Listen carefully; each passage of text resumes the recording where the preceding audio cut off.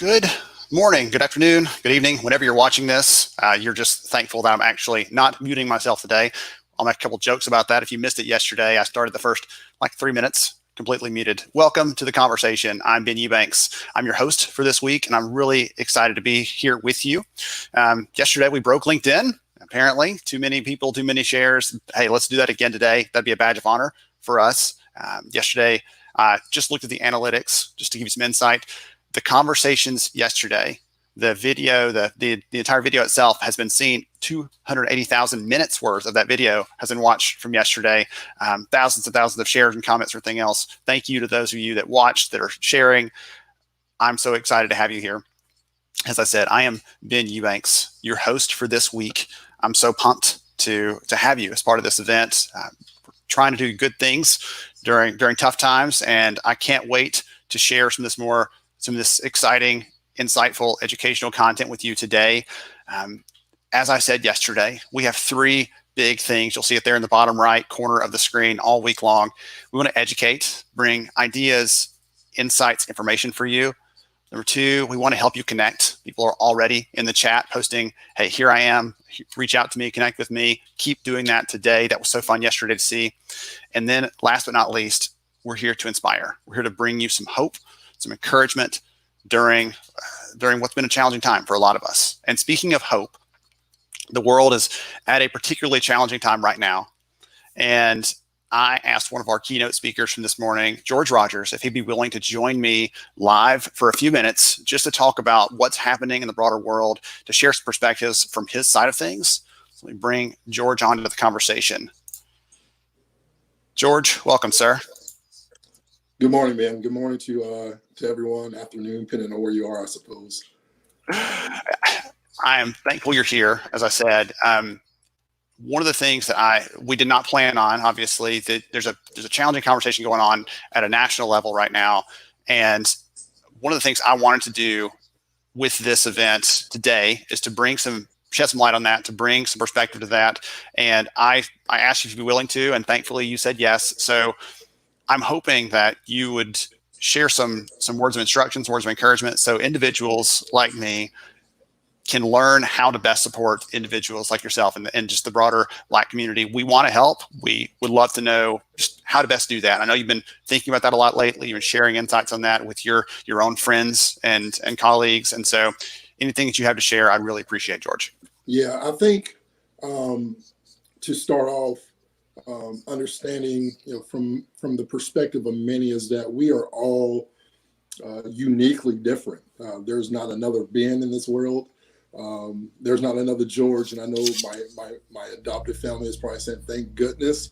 Some of my fellow friends are saying I couldn't handle another George.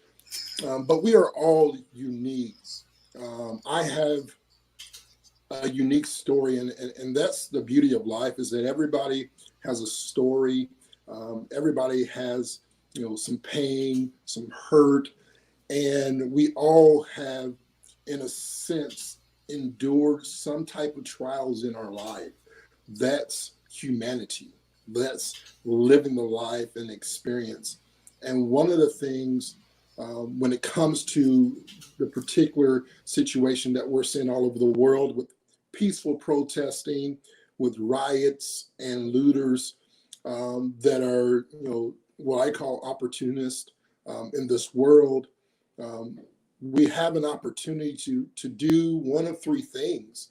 We can start doing something more than what we have done on both sides. And I'm talking Black, I'm talking white, I'm talking yellow, red, all colors. But in this matter that has become a light of racism and race, I think it's important from my perspective, as I've talked to you many a times, and we both experience many different things. I've experienced racism. Obviously, contrary to popular belief, I'm Black, and I was adopted by a white family. I was brought in by a white family in the inner city of Indianapolis. I lived a life of confusion, not understanding the color war that in the 80s that I was facing as a young kid and teenager growing up. because I walked in grocery stores with a white man and a white woman and two white sisters. I have been the quote unquote Uncle Tom because I didn't understand my own race from another person's perspective because I didn't grow up like them, despite them not knowing, once again, my story.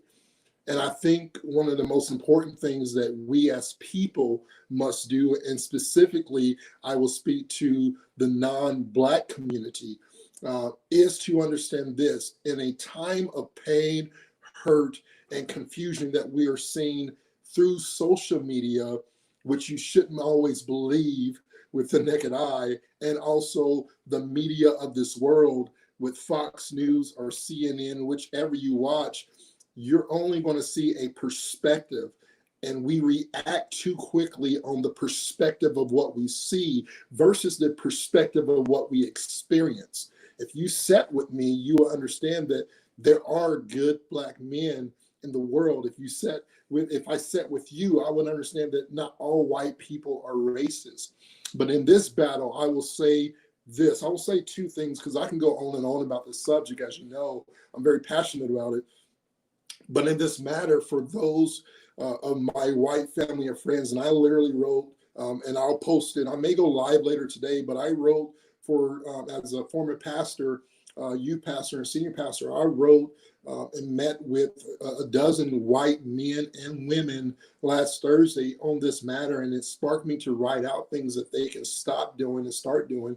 And I wrote 7 things that my white family and friends should start doing and stop doing. And that means something to me because of this reason. The most important thing that we want as a Black community is for you to speak with me. Ben called me this morning. Ben has messaged me and to check on me and to show that he cares. And so in this time of disunity, in order to come together, you have to speak with me, not against me. Because we're all seeing what it looks like on display for hurt to evolve. If I was to take my water bottle here as I'm drinking water, if I was to take this bottle and just pour what represents hate into this bottle, eventually it's going to overflow.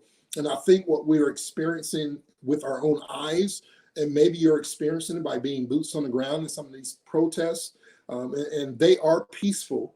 And there's 2 types of people that are being labeled as one. We have peaceful protesters and we have those who are rioting and looting that are not doing so for the sake of justice and injustice or the Black Lives Matter. But all of this is hurt people, Ben, hurt people. That's simple, right? And so instead of posting what Martin Luther King did in the times beforehand, this generation doesn't have a Martin Luther King, unfortunately. We don't have leaders that are rising up. We need you. We need men and women that are watching this live today to be people of influence, to educate both yourself and others, and to love and connect. And what's separating this more than anything that breaks my heart is, for instance, if it's okay, I'll share just a couple. Yes, sir. Absolutely. One of the things that I say to stop speaking or sharing posts that says, for instance, and I'll give an example, white people are killed more by police than Black people. And George, all lives matter. And blue lives matter. Now, if you knew my story, you'll know that the best man at my wedding was a police officer. I have white and Black police officer friends. I believe and I agree with you that blue lives matter. I agree that all lives matter. But if your kid came home from school, and I'll just give you an analogy. If your kid, for those who are watching, if you have a kid, or just imagine if you did have a kid, if your kid came home from school and they say, Mom, Dad, I've been bullied. Your reaction is not sharing your pain and saying, son, you know what, or daughter, I had a bad day. I had a headache. And 20 years ago, I experienced racism. And I've been sick and I've had so much pain. We're not talking about our pain. When our kid comes home and they're hurt and they're emotional distraught, you are saying, how can I heal you? How can I love you? I show you empathy. I show you compassion. And unfortunately, as adults and in the world that we live in, we have no sense of natural empathy first, compassion. Let me understand your pain. Let me understand your story. Let me understand why the Black community is raging right now. But yet we have those posts and we try to reflect on what used to be or how things should be. We tried peaceful protesting. A football player tried kneeling in silence after getting approval from a high military official. And we can all agree or disagree on how to do this. But in the Black community, the mindset is now, do I have to have permission on how to truly protest that will make you happy? And the fact of the matter is we shouldn't have to have permission. What we should have is existing unity that says there is injustice and I believe. George, is it true that more Black people kill more Black people than cops kill Black people? And the answer is 100% yes, a true statement. But there's a time and place for statements. And in this moment, I believe the words that Black people need to hear from the white community and people not of color is, George, Black community, I am with you. I support you. And after you speak, put your actions to that. I walk with you. I talk with you. I eat with you. I think that's what's missing. And there's so much to say, Ben, on this subject. And I don't want to spend too much time. I know this is a sporadic conversation. I don't want to push the schedule back too far. But I hope people understand the heart of this matter, that we as the Black community need you as the white community to look past what you may see and say, hey, I want to intentionally understand. I want to walk in your shoes because, and my last analogy that I'll turn it over to you from this rant is very simple. I asked this same group of white men and women on this call, what is the first thing that comes to their mind when they get pulled over by a police officer? Responses were, man, they got me. I'm gonna get a speeding ticket. I'm gonna lose money. Those were the top three responses. As a Black man who gets pulled over myself, who has no issues, no criminal history, I lived a good life for the most part. I've done good. I would like to say so. But when I get pulled over, the first thing that comes to my mind is, I hope this is a good cop. I hope that I am not accused and put in a situation of fear and intimidation. My mindset is, I pray that I get to go home to my 5-year-old nephew that I just adopted because his mom passed away of cancer when he was 2 on Christmas morning. That's my thought. And so when we talk about white privileges and we talk about you'll never understand what it's like, and people say if you just do the right thing, I use ma'am and sir. I was raised, and I'm afraid of my grandma coming out of the grave and tearing my butt up if I don't use manners. But still, that mindset, Ben, is just that. Can we get over that fear? Yes. When a Black man kills a Black man, he gets arrested. He goes to trial, and he gets his sentence. When a cop has killed over 440 Black men, women, and not just adults, we're talking also kids. Under 10 of them have been arrested. Half of them went to trial. Only 2 are spending time in jail for those. And that's why the pain is where the pain is.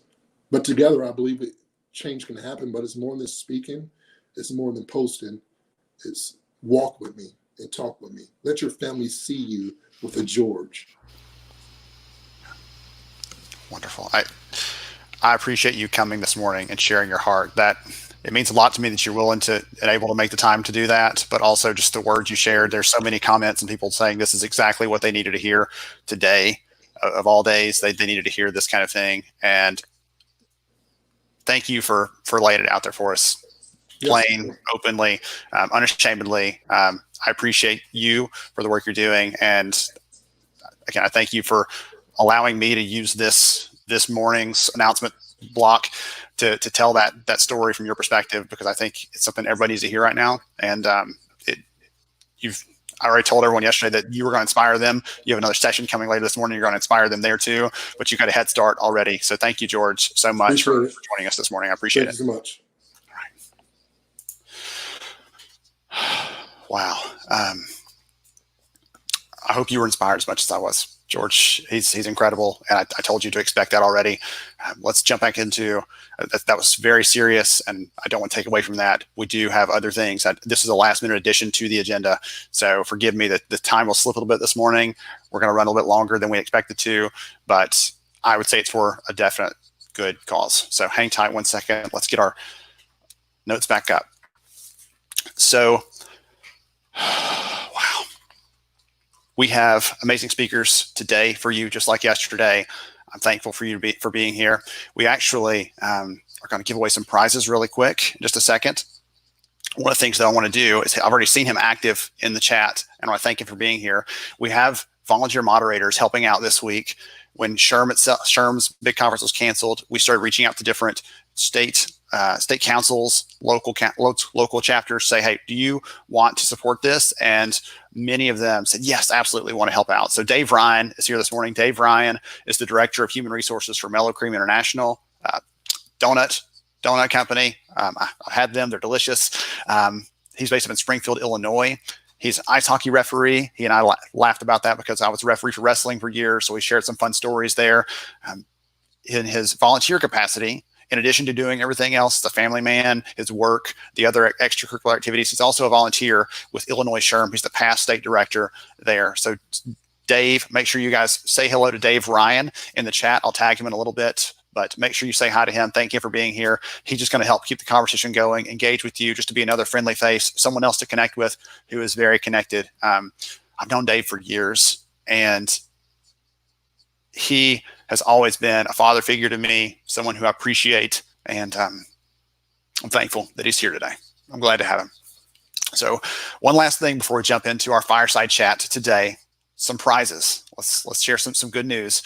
So these next two slides, I've got some slides, some prizes, some announcements here. If your name is on here, reach out to Melanie at upstarthr.com. Just ping her, tell her you got a prize, tell her what you got, and we'll work with you to get that out in the next week or so after the event's over with. But everyone here won something for being engaged yesterday, sharing things. Some of you shared here in the conversation. Some of you, after the event was over, went a step further and posted and said, hey, here's the things that I learned. Here's the stories that I gathered. You know, Tracy was amazing with her conversations about how to treat people like humans in the hiring process, especially right now. Chuck was amazing because he opened my eyes to the fact that when we say financial wellness, there are certain populations in the workplace that doesn't mean the same thing for. And we've got to make sure we're taking that approach with an inclusive eye and not just saying, well, financial wellness means the same thing to everyone. Right, there were so many good ideas yesterday shared, so many great speakers. So these people here, every one of you, thank you for commenting and sharing. To the rest of you, make sure you're commenting, sharing today. And Minda Hartz was our opening fireside chat yesterday. She had, I'm not even showing this. I'm sorry, guys. Goodness. Okay. Orlando, Kristen, Mary, Cherie, Soraya. You guys email Melanie at UpstartHR. I'll make sure and get you your stuff. Grab a screenshot of that if you have to. We'll work with you to make sure we get you your things out. Also, Minda Hartz spoke yesterday. Her book, The Memo, fantastic book. Highly recommend it. It's a great book right now. And if you are getting a copy of this and you already have a copy, give it to a friend. It'll help them to understand what's going on from the perspective of Minda, who's not afraid to share her perspective of the world and to share that in an open and candid way. So I appreciate her for what she's doing in the community and for sharing with us yesterday. But if you're here, you won as well. You want a book. So ping Melanie. We'll get you a copy of that. A little of housekeeping really quick. Yesterday, the biggest questions we got were, how do I get credits? What about slides? We are going to make sure and put together a speaker resource page with the slides and handouts and tools and stuff. All the speakers have given us their slides, and some of them have also given like handouts and other tools, things like that. So we'll make sure and get those onto that speaker resource page. We will let you know when that's live and you can get all of that information. We cannot give credits out until the week is over because it's for a 20-hour block of credits. So if you are trying to get the 20 hours, stay tuned, watch the sessions. If you can't watch them live, watch the replays and watch the sessions. At the end of the week, we'll send out some information about how to self-certify you've consumed the content and get the credits. Those details and others are at the bottom of hrsummerschool.org. on the webpage there. That's where our agenda is. Everything else you might need to know about the event is right there on that page. Because we broke LinkedIn yesterday, today, after the intermission, we're going to swap to a new live stream link. We'll get that out to you as soon as possible, like we did today. But you can always find that under my recent activity on LinkedIn, under my profile, because I'm hosting this. It's under my profile. So go to recent activity. You'll see the current live stream happening right there. So if you get lost, you close your browser or something else, go back to my profile, look there at the recent activity, and you'll find the most active, most recent live stream there right at the very top. We're going to break it today after the intermission and have a second live stream starting off with Steve Brown this afternoon, which I know, again, they're planning to break the internet with that one too, because he was also one of our most requested speakers as well. And then if I mute myself again, I thought you'd appreciate a smile. Code word, somebody throw something at me if that happens. Hopefully it won't happen today. All right, without further ado, let's jump into the conversation for today. We're diving into some great content. To kick us off, I asked Amy Dufresne to reach out to speak with us because she is the CEO for the Human Resources Certification Institute. She represents the broader HR population. She talks to them. They have thousands and thousands and thousands of people that are certified. So if you have your certification there, give Amy a shout out, say, hey, thanks for what you and the team are doing at HRCI. But also I wanted to talk to her about what she sees from her perspective, what HR leaders are dealing with right now, and how we can help them. So without further ado, let's jump in and hear from Amy.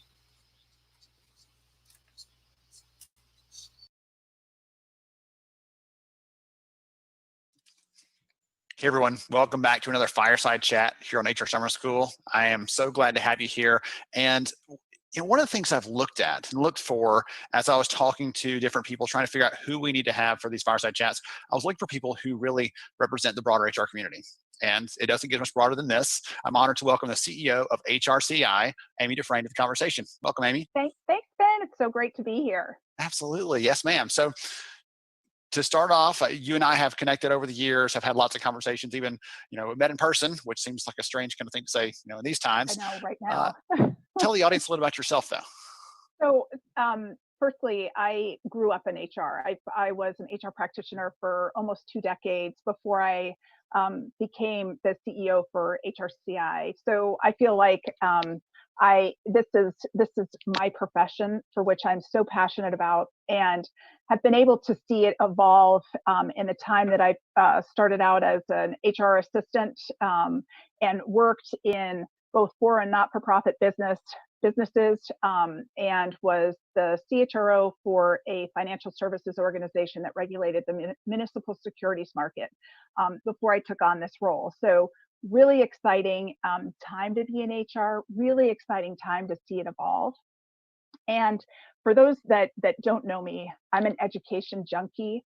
I've spent a lot of time both in the higher education classroom, investigating all sorts of facets of HR, business, and education. Got my doctorate, which it seems like a really long time ago, probably was, but and then began my journey around certification. And so I hold the SPHR certification from HRCI and obtained that before I took the role. So very passionate about that. And I also hold a certification as an association executive. So that's sort of a little bit about me, but that kind of really sparks the why HRCI is such a great connection point for me personally. And for me, I have so much passion around HR and so much passion around education. So bringing those two things together is exactly what I want to do. Yeah, I was gonna say not just your professional passion, but your personal as well. It sounds like that's the perfect blend of those things. That's right. That's fine. That's really fun. Yeah. So HRCI, one of the reasons I asked you to join me, not just because I've known you for a long time and wanted to hear your expertise, but also because you, as a leader of HRCI represents this huge body, tens of thousands. I don't know the actual number. Maybe you can share it with us.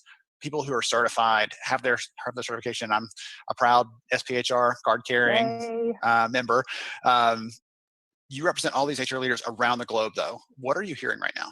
That's right. It's, HRCI is, we're in more than 100 countries. We've certified more than 500,000 people, and we're celebrating our 45th anniversary this year, which is, amazing milestone for the organization. And I've had an opportunity to talk to HR practitioners at all levels, folks who are departments of one, who are, a smaller department organization, up to, I've had conversations with CHROs over the past,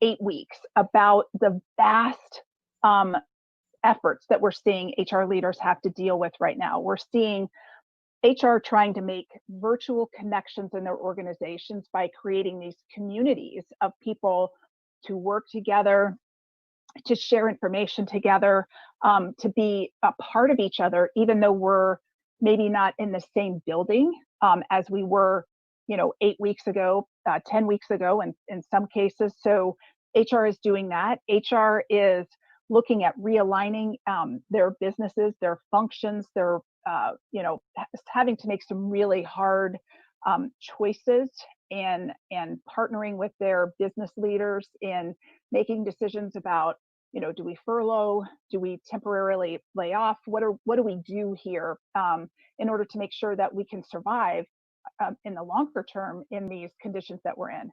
But I've also had conversations with people, in particular, a couple of CHROs within the past couple of weeks.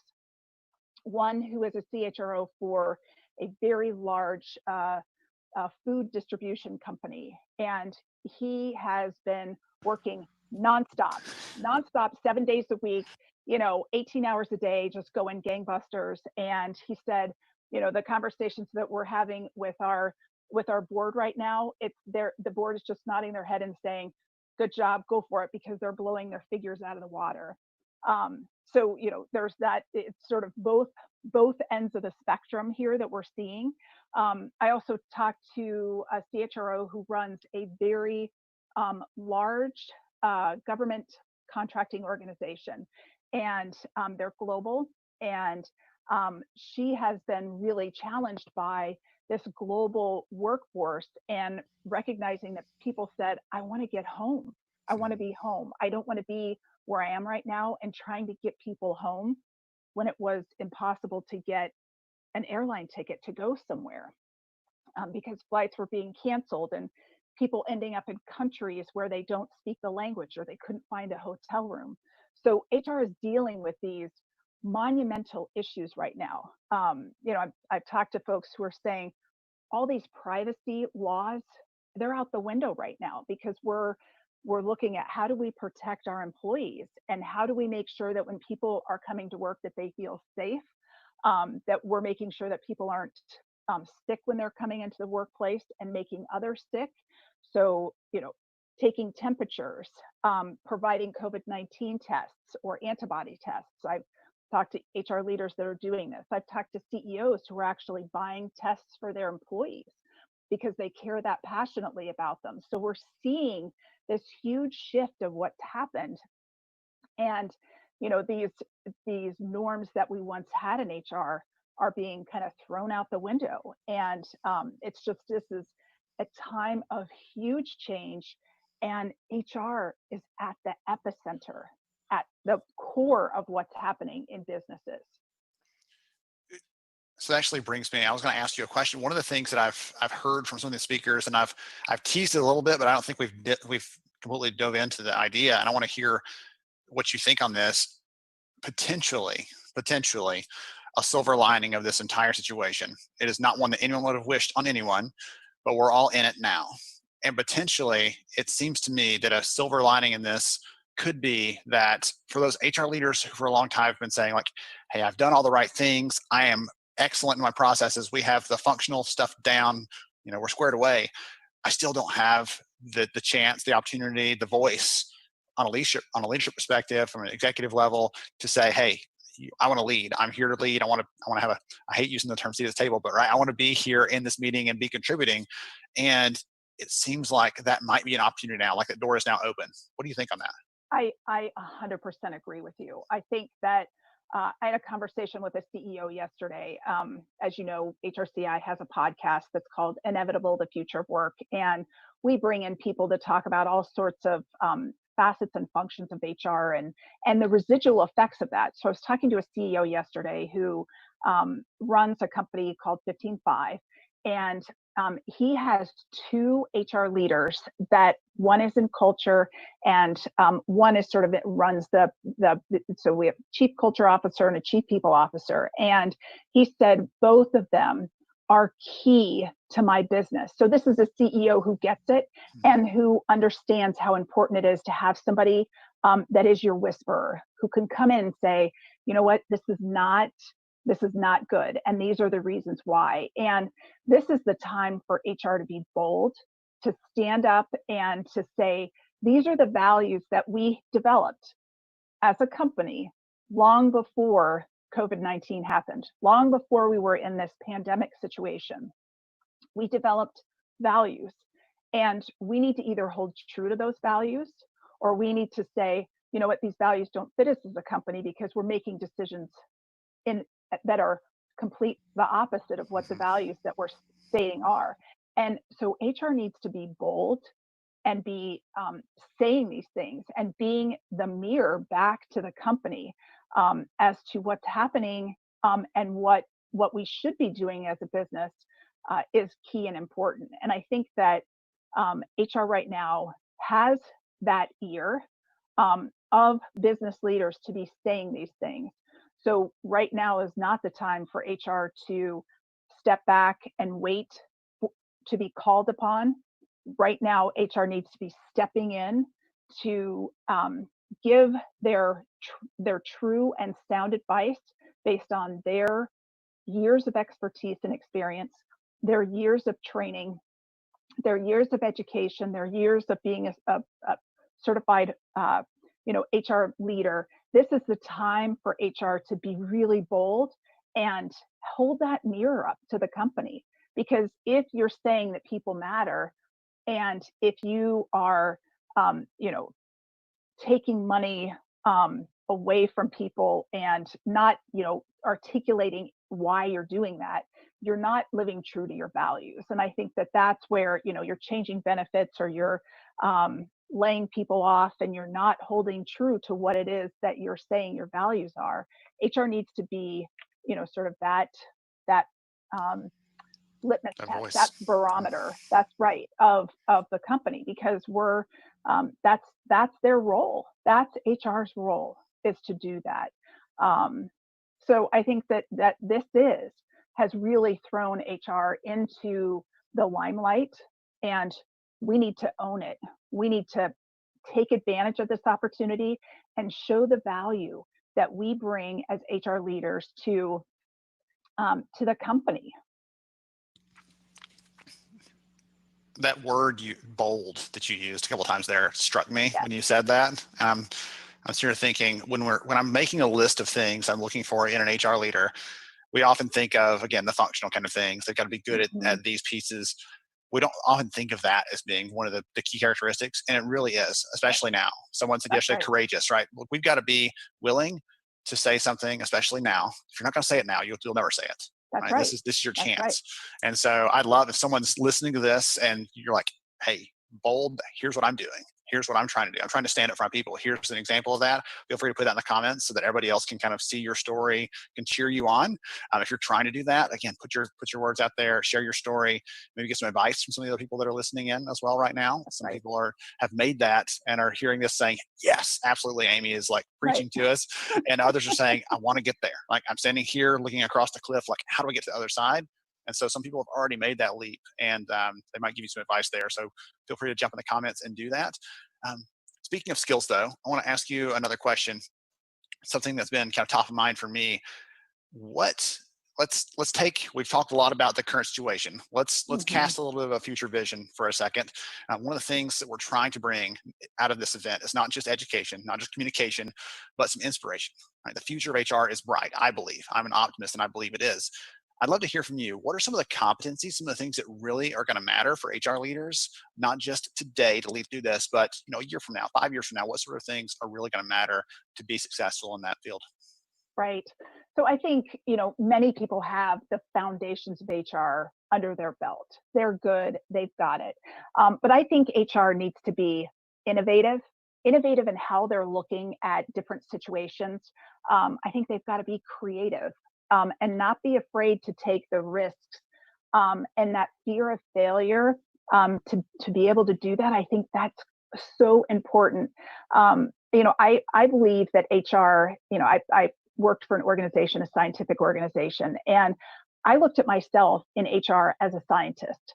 I was always trying new things, trying a new way to engage with employees, trying a new way to bring people together. And that's what HR needs to continue to do, is to be creative and experiment and be that scientist in HR, so that we can really bring some new and innovative things that make sense for our organization, because we know them the best.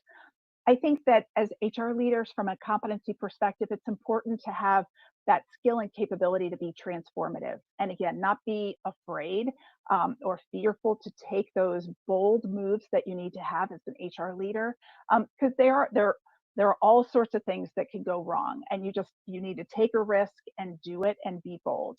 So those are the things that I think about, and particularly, so I have a daughter in high school right now who was supposed to be graduating in a few days, and I think about the skills and competencies that she's learning right now, that I think as HR leaders of tomorrow, as we're looking to bring in graduates into our organizations, these students are learning agility. They're learning how to be flexible, and know that not always that thing that you had scheduled for June 1st, that graduation, it's not happening. So how can we be agile and adapt and think differently about graduation in a way that we haven't before? So I think that's where that sort of competencies that HR needs to have, is that agility, and we need to think in that agile way, because that things are moving so quickly and changing, literally, as you said, Ben, overnight. I mean, everything changed overnight for us. Absolutely.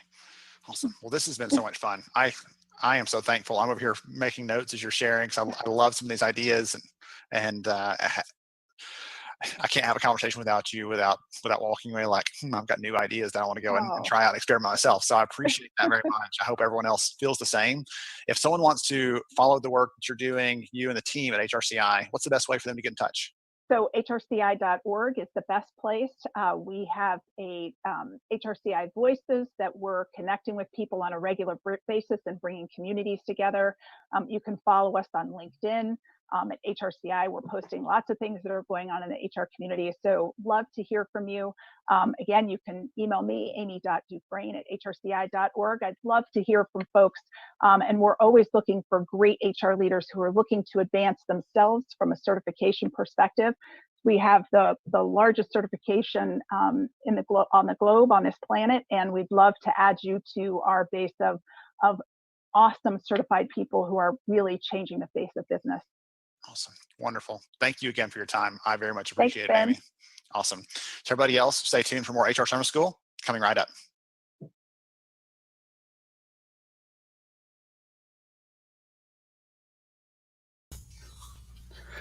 Does anyone else notice that I say awesome a little too much? I might say it another 400 times now that I'm aware of it today. It's one of those things. You buy a red car and see red cars. I loved Amy talking about things like boldness. I love her talking about kind of the science of doing HR. It's part art, part science. I know that. I've watched enough people who are tremendous at performing in this function that are true, like they're artists, and it's amazing to watch them as leaders and as teachers doing what they're doing. But there's also some science to it, and there's a lot of data and evidence we can use to make our case, to be more credible, to add some value to the business. So much fun. So next up, we have George Rogers coming right back with a keynote this morning. He is inspirational. He's motivational. You've already heard from him this morning, and I know based on my talk with him already, he's going to really touch your heart. So let's go ahead and dive in. Bring George up for his conversation.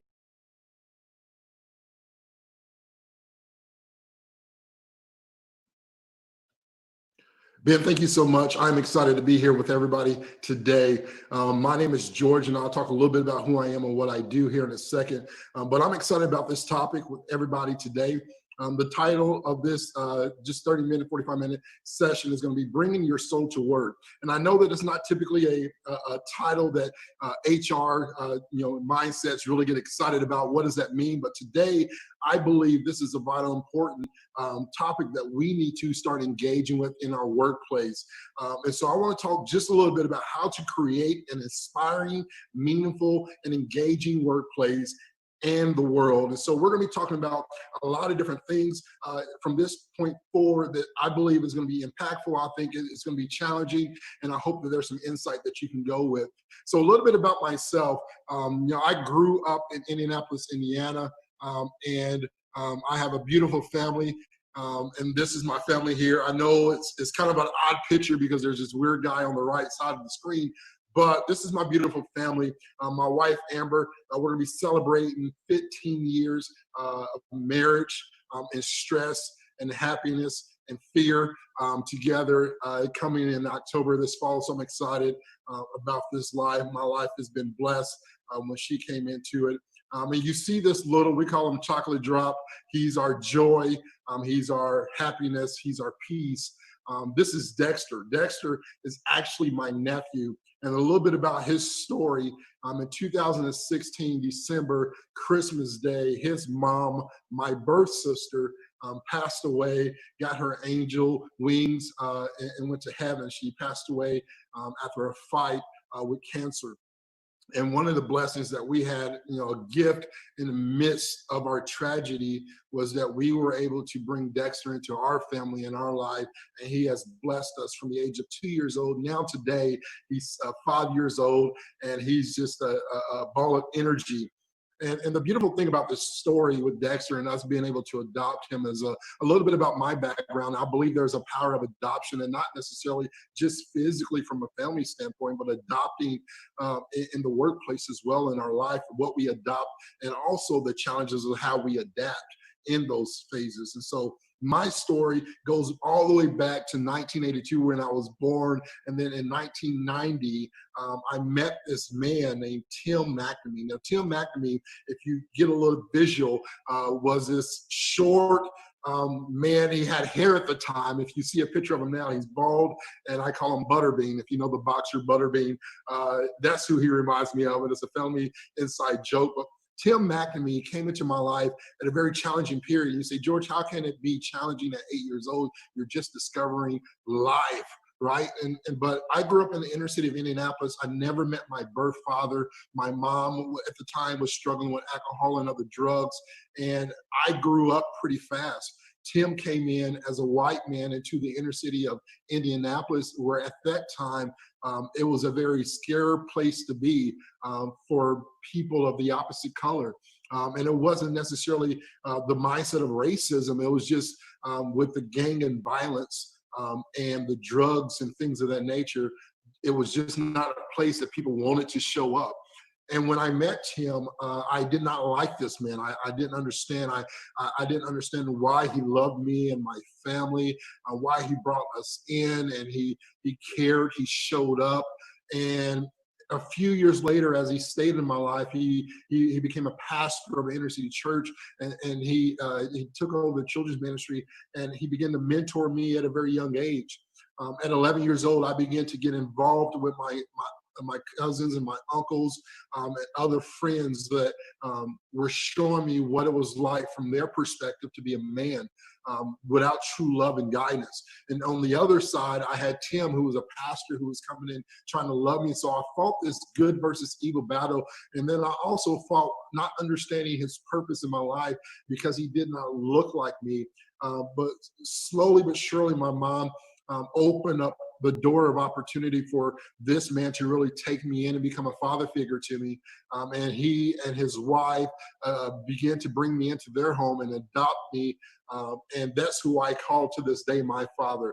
And so from a very young age, being brought into a family and a white family to now, being able to bring in Dexter in our family, there is a power of adoption through tragedy and that blessing.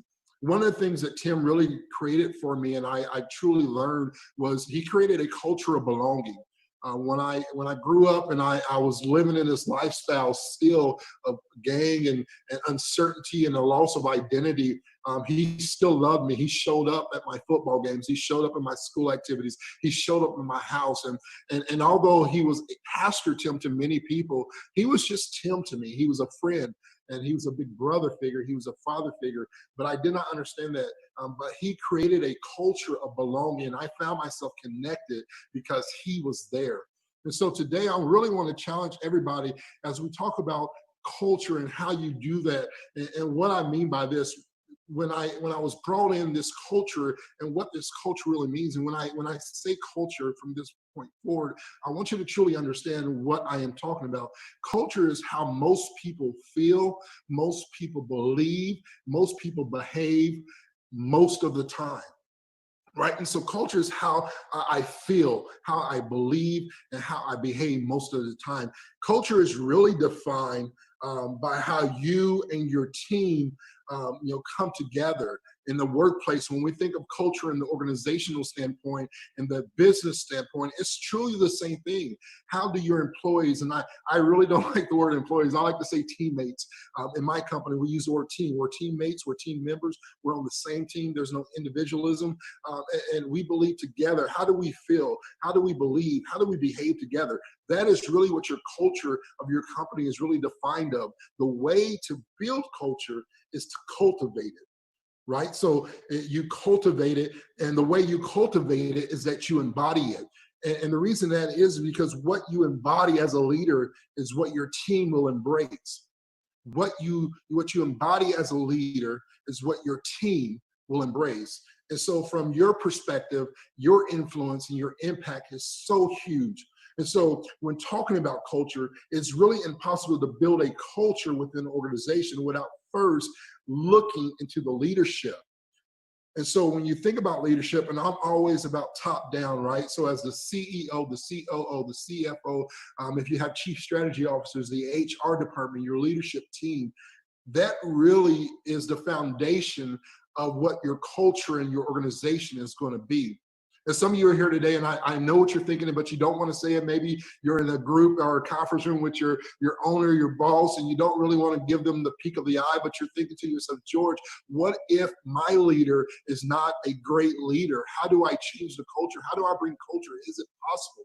And I'll say, yes, it is possible. It starts with you and the influence that you bring to them and the rest of your team. So culture is truly something that is built from the vision of top down. It's the leadership, and it's so important that you build a great culture, because a great culture is a reflection of the leaders of your team, which means your leadership must have an identity. It's identity as an individual, identity as a team, and then an identity as an organization. What you're going to understand from me is that there's going to be certain tiers. There's always going to be me, and then there's going to be the team, and then there's going to be the organization. As we continue through these phases and understand that, what this means to really bring your soul to work. And so you have the culture phase. And as I said, culture is really about leadership. And what do I believe leadership is? And I'm going to give you 3 words that many people are afraid to talk about in the workplace. But leadership to me is an example of love, grace, and trust.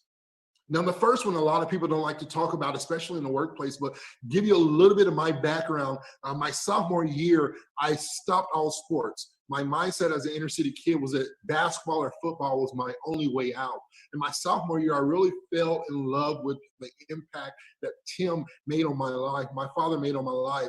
And so I wanted to sacrifice my dream, which was to be a sports guy, to play basketball or football and pursue that activity, not just to get myself out of the inner city, but it was a passion of mine. It was a dream of mine. It's oftentimes as leaders, what we need to learn is that sometimes we have to lose our dreams to get to our destiny. And my destiny was to impact other people, to challenge other people, to raise up leaders and grow people and love people.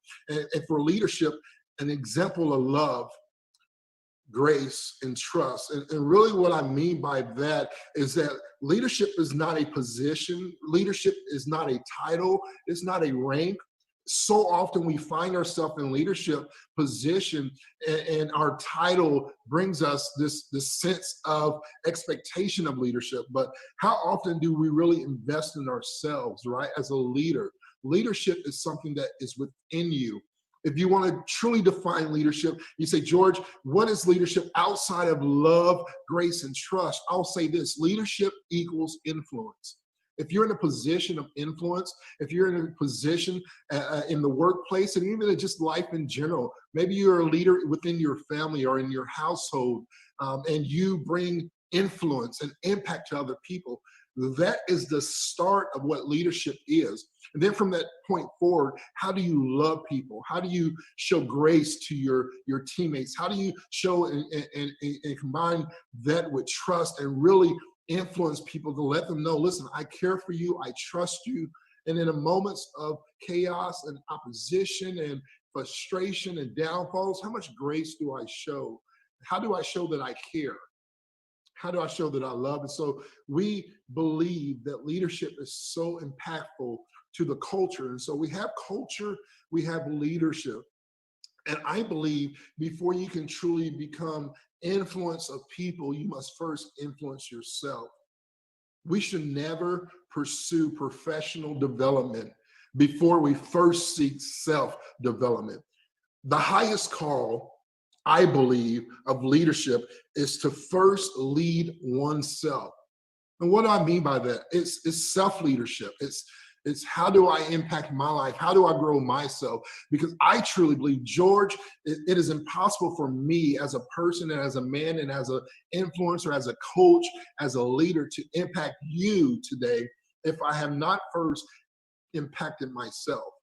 Self-leadership is so important because it is impossible to lead with genuine impact without first leading yourself.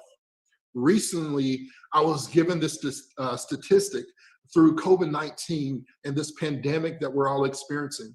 And this really shook my mindset because it really redefined my mentality of what leadership is and how in the corporate world and in the organizational field that we truly care and love and show grace and trust to our people. And this statistic really stood me up to a point where I was shaken and I was confused. How could this be? And what happened is that there was a poll from March and April. And of those employees, team members that took this poll, it came out to be less than 40% were called or contacted to see how they were doing during this pandemic. Just think about that. Less than 40% of your team was contacted or called and say, how are you doing during this pandemic? I understand that you may be furloughed. I understand that we had to lay off people, but how are you doing? As leaders, this is a thing that really worries me because from hearing this, it tells me that we aren't caring well. And we aren't caring well for ourselves at all either, because if we were cared for ourselves well, we would be in a better position to be able to care for others well. So we discuss culture, we discuss the leadership, but I want to challenge you right now to think about how many people during this last few months of this pandemic, how many people have you called and contacted and say, you know what, how are you doing? Have you shown that you cared? And if not, let that be the first step of conviction that says, you know what, I need to align myself correctly. I need to make myself in a position as a leader to truly be impactful and influencing people that I've been blessed with the opportunity to influence. And this is just a simple challenge. And so we have culture. That is an ingredient of bringing your soul to work. We have leadership. That is an ingredient of bringing your soul to work. But bringing your soul to work, the realest sense of you is when your mind and your heart are one. And what do I mean by this? What I mean by bring your soul to work, and this movement that first started with my mentor, Ryan McCarty, and his partner, Scott Moorhead, and Scott Moorhead, the owner of TCC Verizon Wireless Zone, it was created within their network of their store. And so bringing your soul to work in the creation and the form, it was truly to engage and empower oneself. It was truly to engage within ourselves and really bring our soul to work And what that means is bringing your soul to work is when your mind and your heart come together. It's where your thoughts form. It's what your creativity is, what you really desire to do, and your heart. And that is where your passion brings life, right? It's where your thoughts become more than just a thought. It becomes an action because your heart is connected to it. It becomes a passion of yours.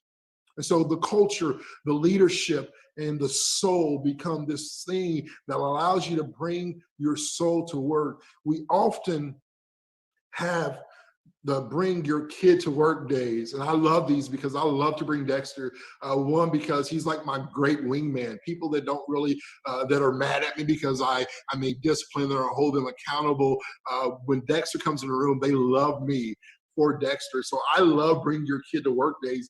And the thing about bring your kid to work day, and I want you to understand, is that it's not like Dexter is not my kid. Right? I've adopted him. I become his uncle, daddy. He calls me dad. He understands his story. He understands that Amber is his mom here on earth and a motherly figure. And he's excited because he has a mommy in heaven.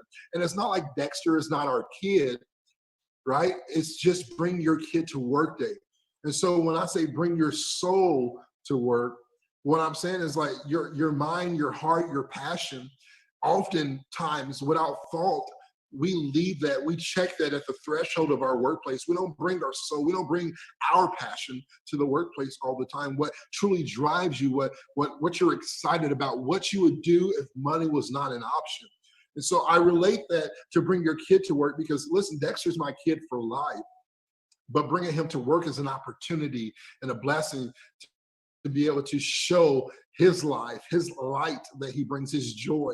And so when you bring your soul to work in that same mindset, you're bringing your passion, you're bringing your heart, you're bringing your mind, and you're bringing it to work instead of bringing it and leaving it on the threshold and doing this job that pays your bills and doing something that you somewhat care about it, but it's not something that really drives you.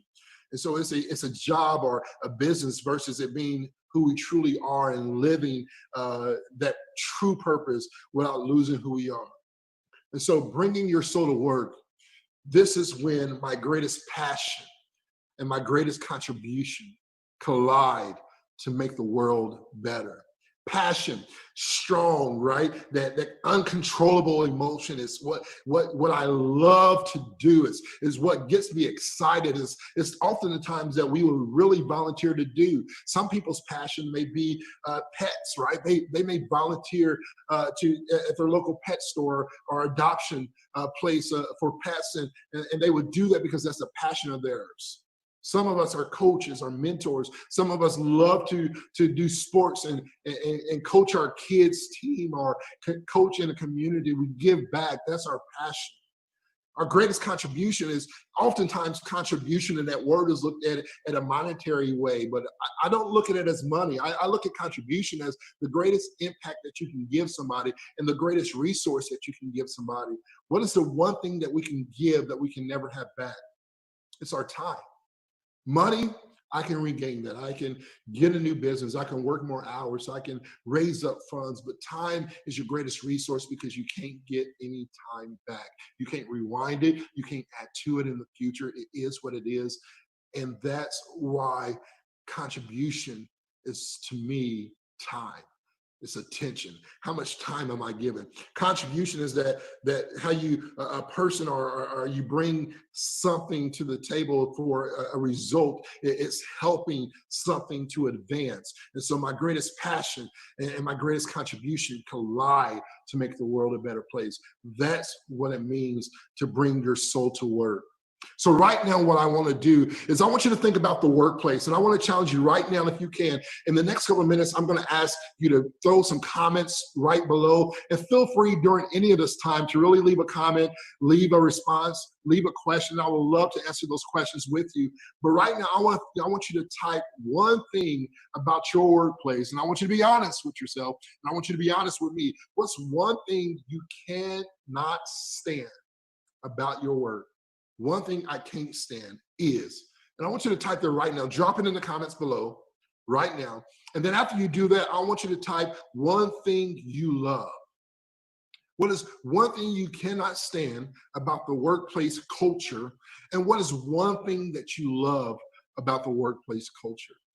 And this is really a challenging time because I know you really want to be honest, but I also know that you fear, what if somebody knows who I am and what if somebody listens? I want to be honest. If you're going to deal with the root of an issue, we got to get to the root and not just the surface of what people see. There's only so much time and there's only so long that you can try to cover up the reality of it. So I want to challenge you today to be honest with yourself right now. One thing you cannot stand, one thing that you love. And as you're thinking about that, I want you to think about this as well. In one word, and this is going to be key. These are three things that I know that I'm moving really fast, but I want to really get your mind to think. And I'll post these questions and I'll throw them in the chat as well to remind you. But I want you to think about this, and we'll go back. One thing you cannot stand about the workplace culture. One thing that you love about the workplace culture. And as you do that, then I want you to move to the next question. That question is, in one word, how would you describe your workplace culture? Good, bad, ugly, confusing, chaotic, organized, peaceful? What is the one word that comes to mind that you can describe your workplace culture? Drop that below right now. Drop it below, one word. Let's see them all come up right now and get that. One thing I cannot stand about my workplace culture. One thing I love. Let that be a sentence if you may. And then I want you in one word to describe your workplace culture. Think about this. From Harris poll, and when studying this, it is said that 37% of employees clearly know their company's purpose. They know the purpose of their company. They know what their company is doing. They understand the why. They understand what they're doing and why they're doing it. Then it's also said that 20% are enthusiastic about this purpose. 20% see how they can support this purpose. Only 20% are excited. They're excited about what's going on in the workplace. They're excited about bringing support and saying, I want to make this happen. I want to be a part of this. While 15% feel like they're enabled to work towards this purpose. 15% feel like they're enabled to work towards this purpose. And then it said that 20% fully trust the company that employs them. Results from Harris poll. This is results. 20% fully trust you as the HR department, truly trust you as the leader in your organization. 20% of your employees trust you without doubt. These numbers really worry me. And the reason why they worry me is because they're so low. But think about this. If just in the last 2 months, March and April, 40%, less than 40% of the people that's been affected by the pandemic have been contacted by their team leaders. Less than 40% have been called or contacted, text message, emailed, group chat, Slack, whatever it is that you may use, Flock, whatever it is, only less than 40% have been contacted. So how are we caring for our people? How are we empowering our people? How are we encouraging our people to understand the purpose of what we do? We all understand what we do. We may be in a warehouse. You may be in a company that is in distribution. You may be in a company that is in the medical field. You may be in a company that's that is doing different things in charity work. But in that, how are we impacting our people? 37% of employees clearly know your company's purpose. What do we need to do to change that? Think about this. If your company was a soccer team,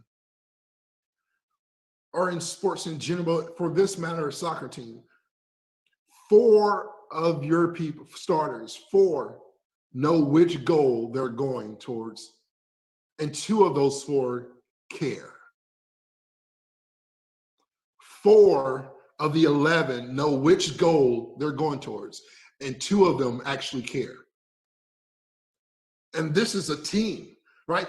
2 know which position they are supposed to play. So what that's saying is that you have 9 other people that have no clue what position they're supposed to be in. They have no clue what direction they're going, the impact that they bring to the table, their purpose, how they are to form this team together, and what direction and impact and influence they are to bring to the team. Only 2 of the 11 starters know which position they're supposed to be in and be playing. 2 players, listen, 2 players believe that their efforts on the field can make a difference. Only 2 people feel like I'm on this team, I'm on this field, and I can make a difference. 8 players would just as likely be rooting for the other team. Think about that. 8 players, 8 out of 11 people are cheering for your competition, are looking at your competition because they see something better. Maybe it's culture, maybe it's the morale, maybe it's the energy, maybe it's that they understand their friend's purpose. They got friends or family that work for a competitor, and they're talking about how awesome things are, and they're talking about how it's moving forward, and it's not necessarily about profit, it's about people. Are you profit driven or are you people driven? 8 players would just as likely be rooting for the other team if your team was a soccer. Think about that. So when my greatest contribution and my greatest passion collide together, that brings forth light. That brings forth light. And so I want to challenge you today to truthfully answer this. More questions that we're going to drop in the chat. I want to talk to y'all today. Talk to me as well. Truthfully answer this question. What do we do? The company that you work for, what do you do?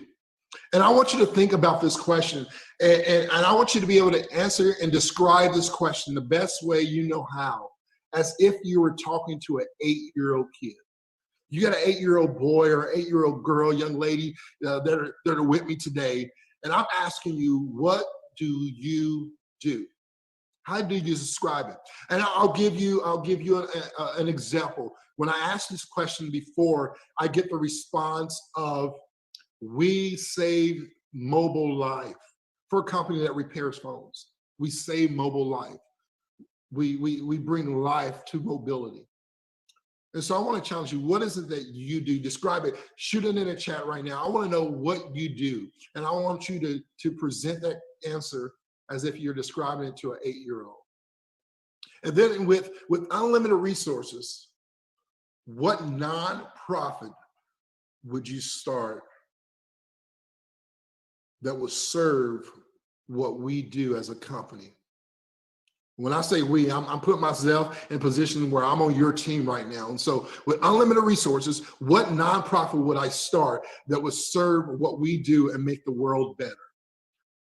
So when I'm bringing my soul to work, I'm saying my greatest passion meets my greatest contribution. And what is it that if I had unlimited resources, Bill Gates is my best friend, and he's saying, what is it that you truly want to do within your company? What do you want to do as a person? What do you want to do as a team? What do you want to do as an organization together to make the world a better place?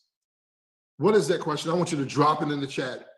And I know there's a lot of things I'm asking you to do, and I want to see these. I'm going to chat with you here in a second. I'm going to get down into some of these, and I'm encouraged by what you're writing right now, so continue to do so. And the third thing is, with resources we do have, with the resources our company has right now today, what good can we commit to do that serves the last 2 answers? With what we have, this is what we do, and this is what I would start to make the world a better place. Now, how do we make that happen with the resources that we currently have? How do we do that?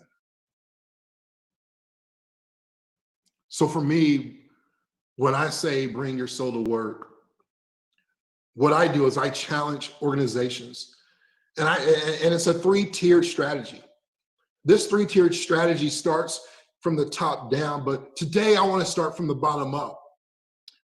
The big good. What is the big good? The big good is, if you were to look at this as a pyramid, think of the big good as the biggest piece on this 3-tier strategy. It's the biggest piece on this 3-tier strategy. The big good is what the company does. This is what we would do. So you say, for a company like TCC, Verizon, they did a backpack giveaway. Thousands upon thousands upon thousands upon thousands of backpacks worldwide that they provided for schools all over their communities. That was the big good. That's what Verizon did as a company organization. They donated backpacks. and school supplies for students. That was the big good. Our good then is what can our departments do? And maybe you said, George, we don't have a lot of departments. We're just a small business. And so that's great and that's fine. Maybe you have a team of 2 or 3 people that can have similar passions that they want to contribute to. Maybe some of you want to coach, or maybe some of you, I love tutoring kids. I love impacting the next generation. And so I would volunteer an hour, for an example, an hour a week, or maybe it's 4 hours a quarter. And I would volunteer to go to a school and donate my time and my resources to tutor students, whether it's reading to them or helping them out with their studies in the classroom. That's our good. And so in a bigger corporation, if you have departments, if you have a sales team, if you have a logistics team, if you have a shipping team, if you have a front office team, if you have an HR team, an accounting team, and you want to do good, our good is our team. We have a team of people that share the same passion, and their contribution are going to collide. That's our good. So big good is what our company is going to do. This is the backpack giveaway. We want to do this, and we want to impact schools in our community. Our good is then, you know what? I'm really passionate about tutoring kids. I'm really passionate about mentoring the next level. I'm really passionate about donating time to the adopted pets, or maybe it's big brothers and coaching and mentoring other people. That's our good. I want to give back to that. And then my good is what I am going to do in my life. What am I going to do by myself when nobody else is watching? Big good, our good, my good. So how do you do that? And it's very simple, I believe. The big good is the company. This is what we're going to do. We're going to contribute. We're going to give back. We're going to build a culture of good and impact people. Our good is we're going to set up teams within our company and our organization, and we're going to impact others.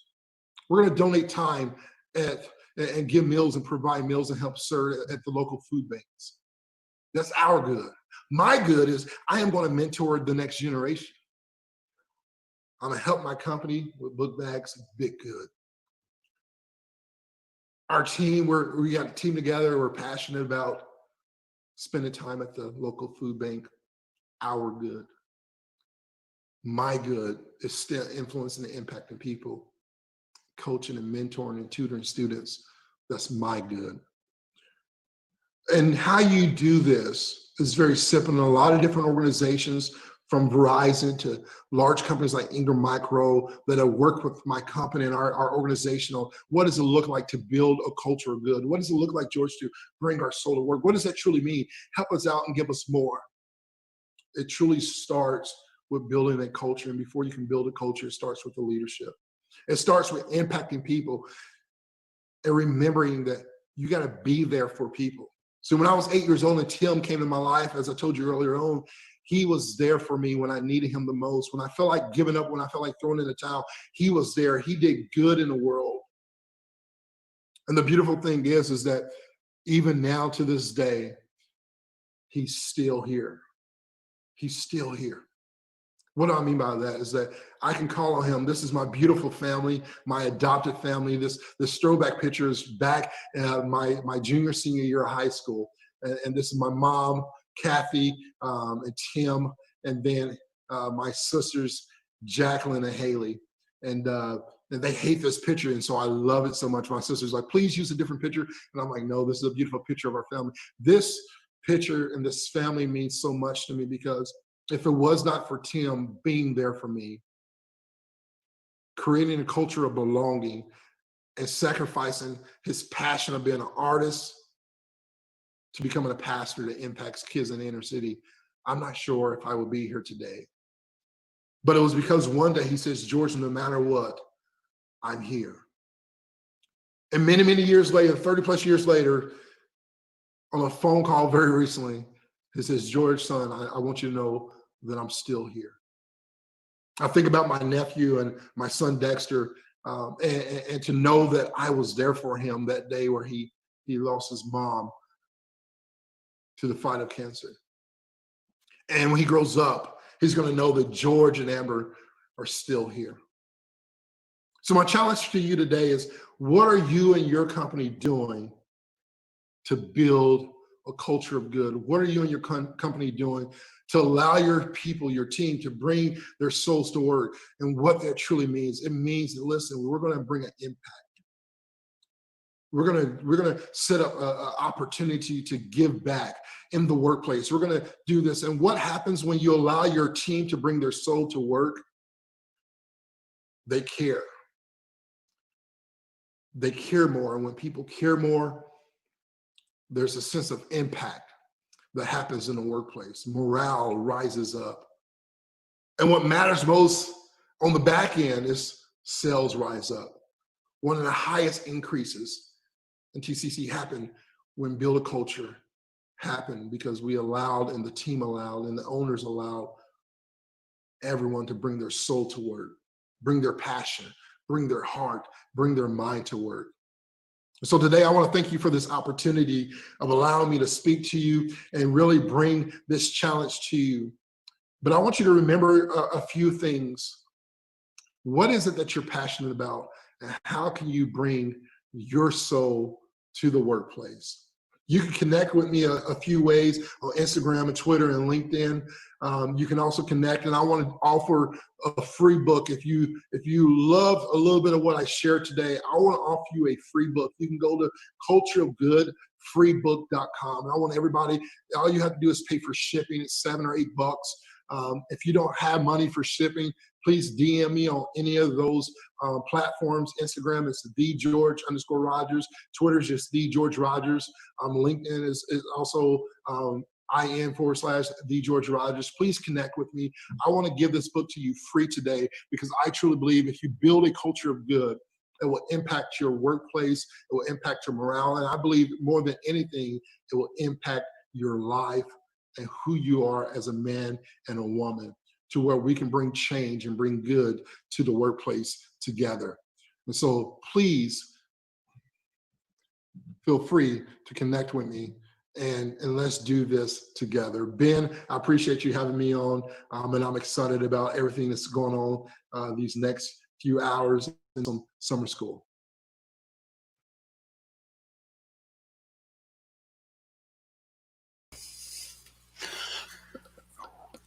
That was incredible. I don't know about you, but I am just blown away by George sharing. Again, off the cuff this morning, and then more scripted there, but you can tell it's coming right from his heart, and that's what's so much fun. He used the word love.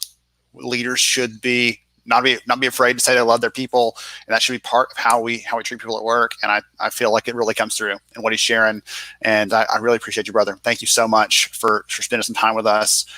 Goodness, you blew the chat up, asking questions, engaging people. That was so fun. We're going to transition this next conversation. We're going to go more tactical. So we've got the big picture, we've got the excitement going. We're going to go tactical for this next one. So Megan Youngkin's going to talk to us about onboarding. We're going to dive into this. They have a lot of good data, a lot of good information about how onboarding can be done well. And so we're going to take some of that excitement, that inspiration we've got. We're going to figure out how to apply it in some different ways, how we treat people when they first come on. Unfortunately, we don't always do a good job of that when people join our organizations. And Megan's going to talk about how we can really do that well. So let's bring her in.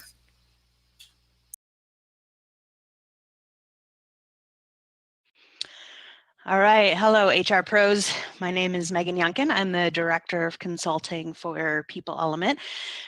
People Element is an organization that has been around since 1988, and we really just use employee assessments and surveys to try to help organizations achieve meaningful change by finding out what people are feeling, what they're perceiving, how engaged or disengaged they are. So that's what we do. And I've been with the company for about 14 years, working with organizations to see what their feedback says, what they can do with that, and how to take action on that feedback. Today, I would love to talk to you about building a strong onboarding program, because a good, strong onboarding program can help with employee engagement, retention, satisfaction, just sort of that loyalty, stickiness factor that you want from your new folks. So I want to talk to you about some of the best practices that we've learned along the way of working with several organizations in several different industries across the country. So why? Who cares? Why focus on onboarding? Well, you probably already know the importance of onboarding, but some data points to share with you that I think are important. One of the questions that we at People Element often ask employees is, how much does the reality of your position match the expectations you had when you were hired? For whatever reason, people have expectations either through conversations during the recruiting or hiring process or because of the job description they found somewhere. People come into jobs with expectations, and it's often a very low scoring item for us, both from current employees that we ask and from people who have left organizations. And it can be to the point where people are actually telling us that that's the reason why they've left an organization, is because what they expected and what they got were so different that it just wasn't what they wanted or what they thought they were going to get. So that's important to know. Gallup found that only 12% of employees feel like their organization does a good job of onboarding new hires. So that is a huge opportunity for improvement, even to the point where if you can get that onboarding program strong, it could be a competitive advantage for you over other organizations in your space. And then, love this stat, Glassdoor asked people and found that organizations who have a strong onboarding process improve new hire retention by 82% and productivity by over 70%. So if you can retain 82% more of those new hire folks, even just in that first year, that's huge for the bottom line of any organization. So those are just a few data points alongside what you already know as far as why onboarding really matters to you, and kind of the return on that investment for putting together a strong onboarding program. So what I'm going to share with you today is a little bit about the difference between orientation and onboarding. Oftentimes people know this, but it's good to make that distinction. We'll talk about how to define those goals of your strong program, the importance of consistent messaging for your new hires, who to involve, and what to do once you've determined who you want to involve to get them involved in the right way, bought in the process. We'll talk about putting together that timeline for your onboarding program. And then how do you measure whether or not what you're doing is the right thing? Is it getting you what you want from your onboarding program? So those are the things that we're going to talk about. Starting with the difference between orientation and onboarding. So orientation is one piece of the onboarding puzzle, but it's really more of it's a usually more lecture style, one-time event, maybe a couple of hours up to a day or two. And it's classroom style. Subject matter experts come in and talk about benefits. They talk about logistics, about how you're going to get set up with your technology. They talk a little bit about maybe about the company's mission, vision, and values, things like that. So it's really an introduction to the company, and it's pretty big picture. It's pretty relatively short. Whereas onboarding is much more extensive. It's more of a strategic plan to focus on things like employee engagement and retention. Instead of just being a couple hours to a day or two, it's more like usually 2 or 3 months worth of program. It's everything to get employees connected to the organization, getting them aligned with the culture of your organization, integrating them with their teams and with the organization. It's getting them set up for success, really. So it's more of an ongoing experience. Orientation is part of it, but what we're going to be focusing on and talking about is the entire onboarding process, how to set that up and how to make sure that what you're set up is getting you what you want. So the first thing that I would recommend you do is determine, what do you want out of a strong onboarding program? And some of the ways that you can do that is first and foremost, which is a step that organizations often miss, not only in the onboarding process, but in several big decision-making processes. Who is making this ultimate decision about what this onboarding process is going to look like? Once you know who's going to make the ultimate decision, and who are your stakeholders, who's going to be involved, you can start to brainstorm potential goals for your onboarding program. You can't build a program unless you know what the objective is going to be. So we need to figure out what that objective is based on what is your company focusing on right now, what's important to your organization. And then once you've determined what your objective is, then you can build a program with very concrete, measurable action steps around those goals. So how do you determine what success looks like? How do you determine what those goals might be? These are just a couple of examples of onboarding program goals that organizations have used when they're building their program. So you could be focused on making sure that, like I mentioned before, the expectations that employees have match the reality of the job that they come into. You could have as one of your objectives making sure that employee expectations are managed appropriately.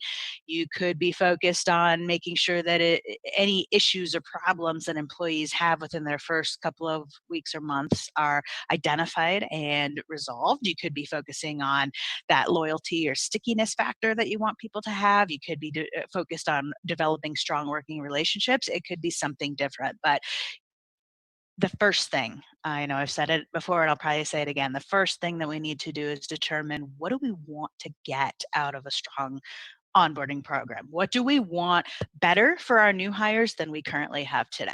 So these are just a couple of examples of objectives for an onboarding program.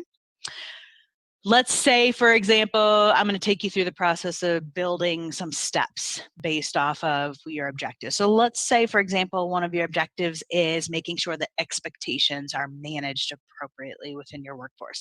So what does this look like? If you determine that this is one of your main objectives, it could look like developing an expectations exchange document. And this is something that it's not right for every role or every organization, but it could be right for you. If there are consistently items that employees think are going to be one way and are a different way, then an expectations exchange is just basically a roadmap for having a two-way conversation about what do you expect, and here's actually how it usually works in this organization.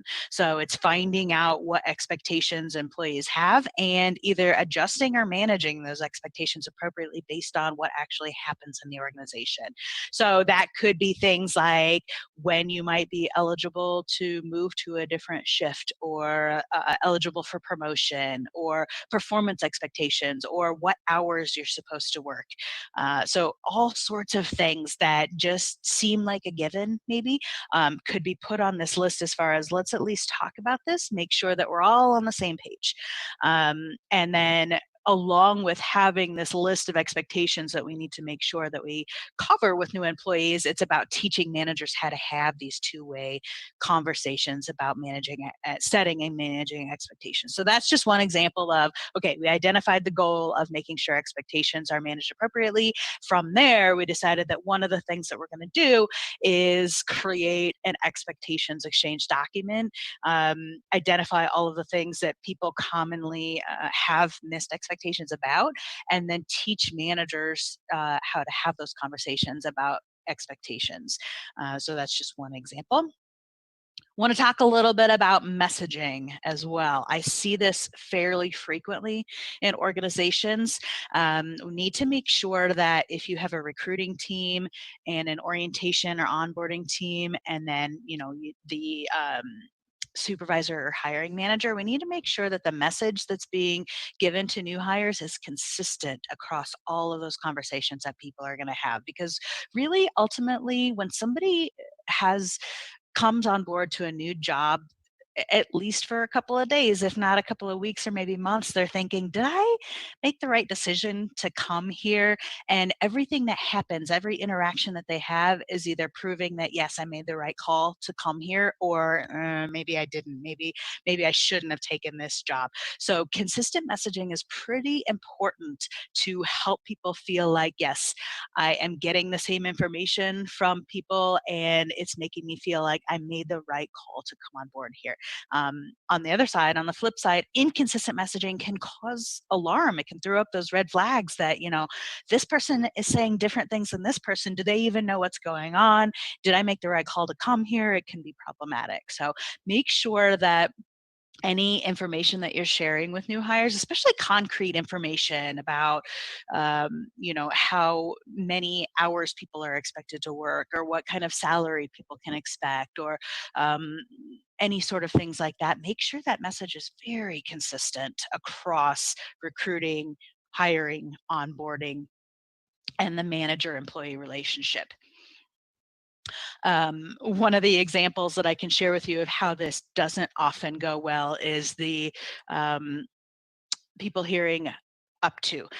This happens a lot in some of the industries that we work with, so I thought I'd share it with you in case you can relate to it or can see it happening in your organization. Oftentimes, if I'm talking to a recruiter for an organization, I will be told that, in this position, you can make up to, I don't know, let's say up to $50,000 a year.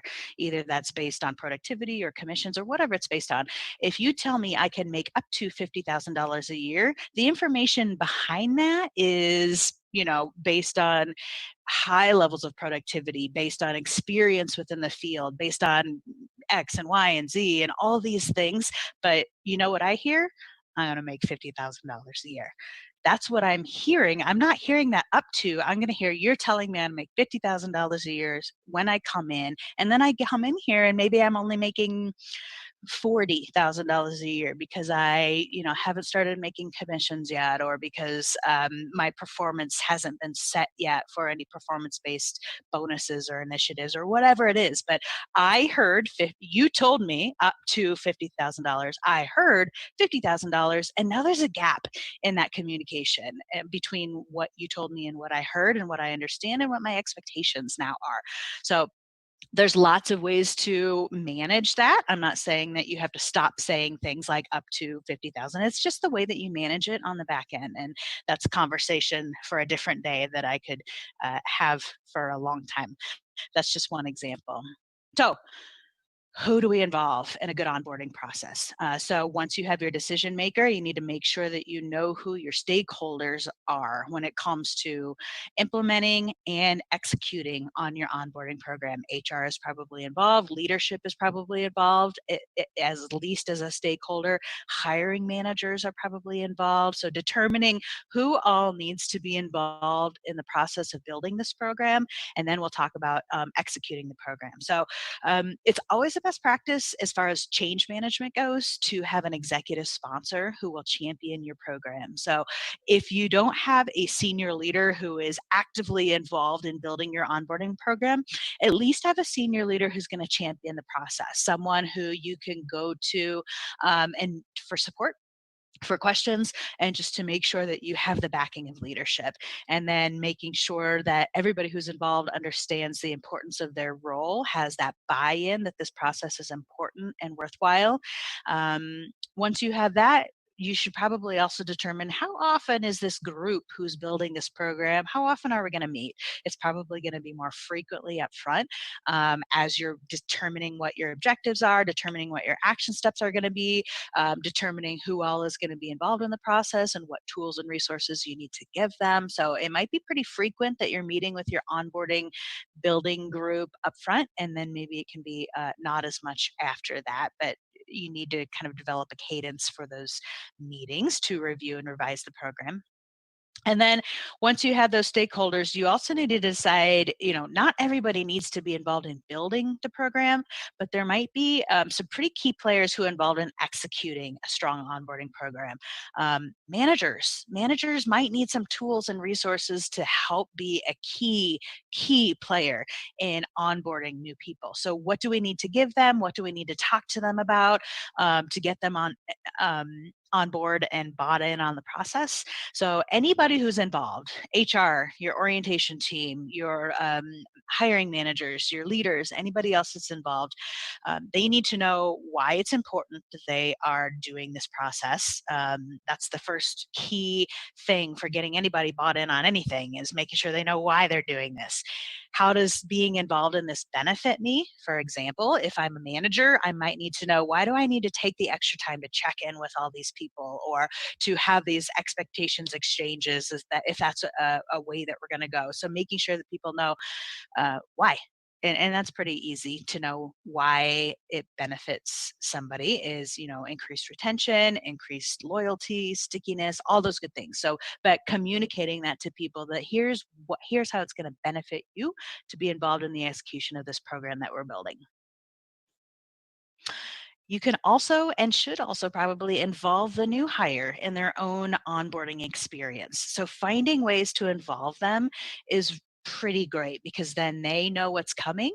They're bought in on the process of their own onboarding. They're involved in this onboarding program. So it's not just kind of thrown on them, it is getting them involved as well. So it could be showing them, here's all the things that we want you to experience as part of our onboarding. It could be something fun like a scavenger hunt of, finding things that relate to the mission, vision, values, and or history of your organization, or having things that help people get, I don't know, meet new people that they're going to have to interact with. So there's lots of different opportunities for getting people involved in their own onboarding. And then as far as a timeline for an onboarding program, I mentioned at the very beginning that it's not necessarily a 1 or 2 day or 1 or 2 week thing. It's more of a months type of thing. And from working with lots of organizations, I've generally found that it's about 2 to 3 months between when somebody is hired and when an organization feels like they are fully, doing their jobs, comfortable with the culture, sort of ingrained into the organization, and feel like they're a functioning piece of the organization. So that's about how long onboarding programs tend to typically last. But some of the actions that you may be executing as part of your program may last longer than that. Specifically, things like having managers check in more frequently with new hires, which is a part of a lot of companies' onboarding programs.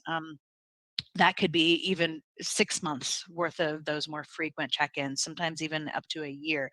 So really determining, okay, onboarding is typically complete within, I don't know, 3 months, and then the more frequent manager check-ins continue for 3 to 6 to 9 months after that as well. But just at least determining, when is a person onboarded into our organization? You need to know that so that you can measure whether or not your onboarding program is actually successful. So determining how long it's going to be, using those defined objectives, goals, actions to decide when is a person successfully onboarded, and then you can determine, how do I measure whether or not this is actually working.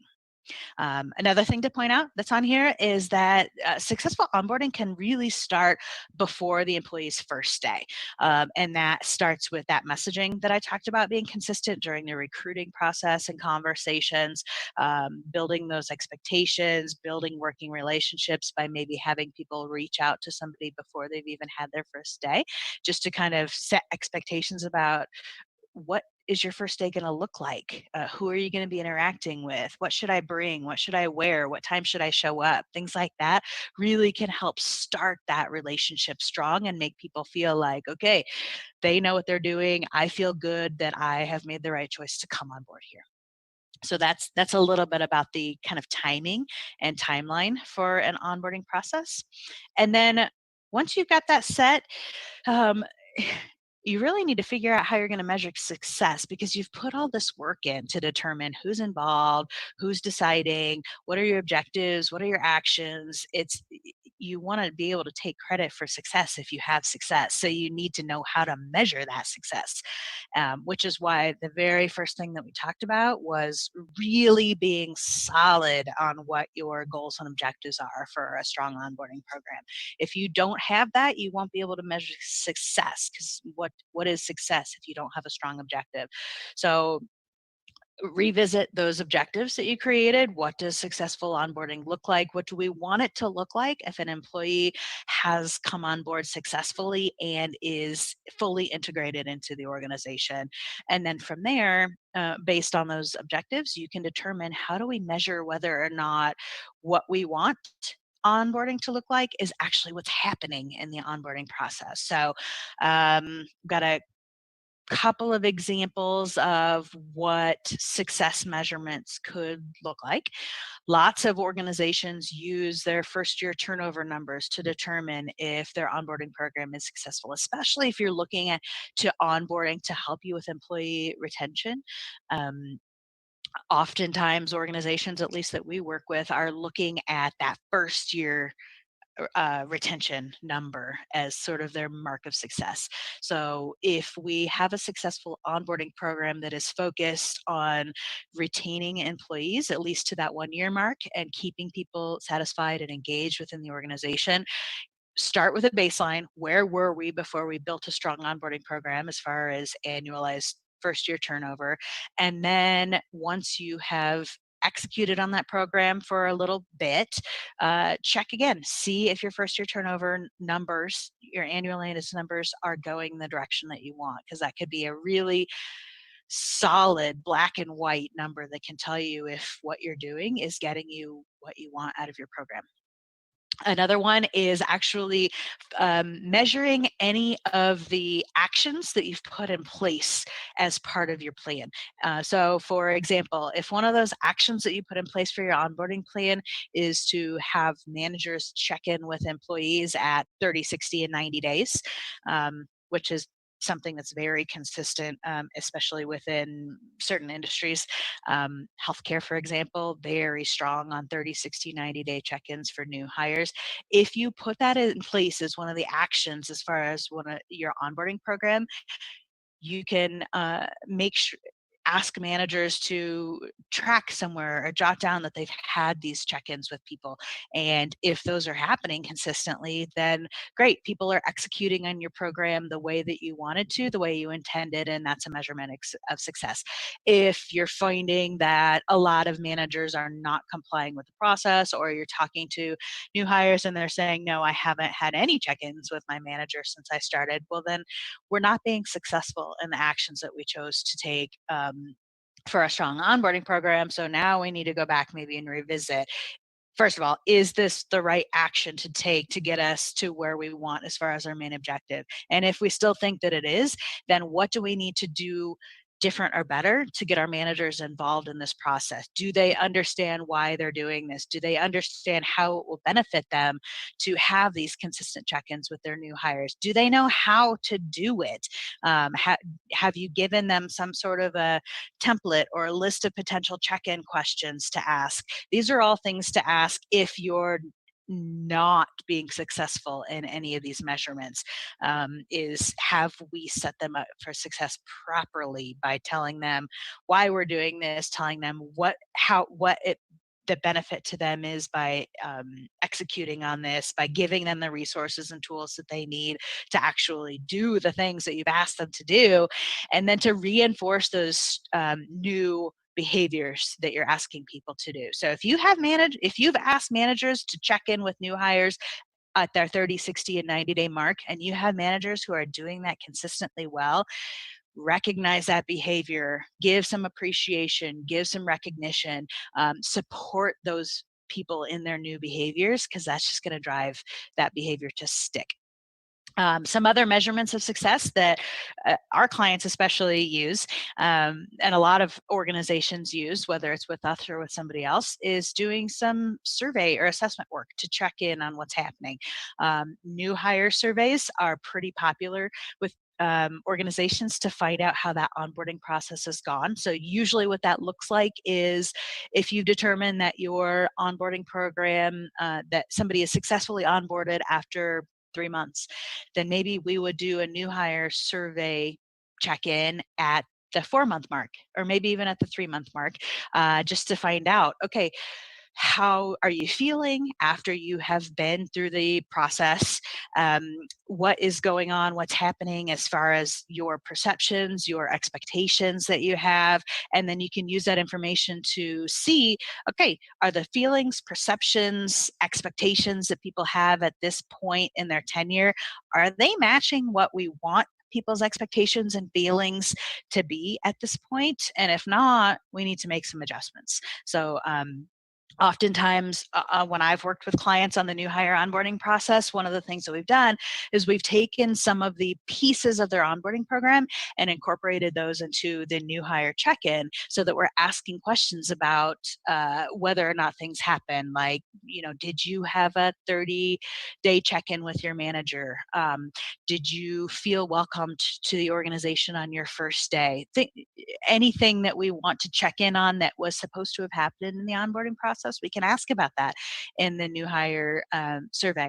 So that is a really popular one for measuring the success of that onboarding program, because we're literally asking those new hires who have been through onboarding how they're feeling, if they feel connected to the organization, if their expectations are matching their reality, all those good things that we talked about as potential objectives for a strong onboarding program.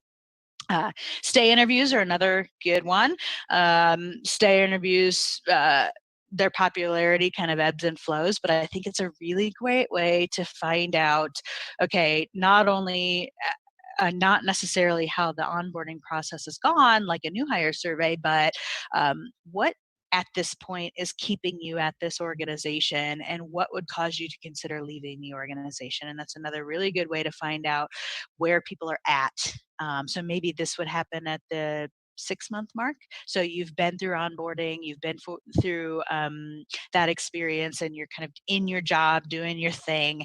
And now we want to find out how you're feeling, if you're considering leaving, or if you are thinking about staying with the organization, and what's driving those things. So those are just a couple of examples of ways that you can measure the success of whatever onboarding program you have decided is right for you. So kind of to wrap up, some of the keys that we talked about today as far as building a successful onboarding program: make sure first and foremost you define your goals and objectives for a strong onboarding program.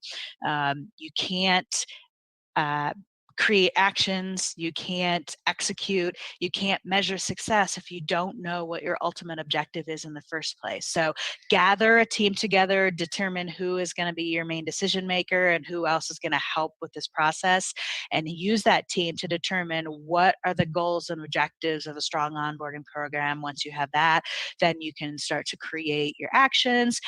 You can start to put together that entire program, including making sure that that messaging is very consistent from everybody who's going to be involved in the onboarding program, and involving the right people in the process, making sure that everybody understands why they're involved in the process and what their role is and how to execute on that role. Very important. Making sure that your timeline is set and is clear to everybody, so that the onboarding team, so that managers, so that the employees themselves know what it looks like to go from hiring or recruiting conversations to fully onboarded. What does that timeline look like? What are we expecting? And then once you have all of that, you really, I highly recommend determining a way to measure whether or not your program is successful, so that your team who built that program can go back and revisit and make tweaks, adjustments, changes to that program if we really need to. That's important to make sure that this is just not a one and done. We built this program, we're just going to let it ride forever, but that we're making constant tweaks and adjustments to make sure that it's the best program right now. So those are some keys that I have for you successful onboarding. I'm excited to talk to you about any questions that you have, and best of luck to you in building your best strong onboarding program. Thank you.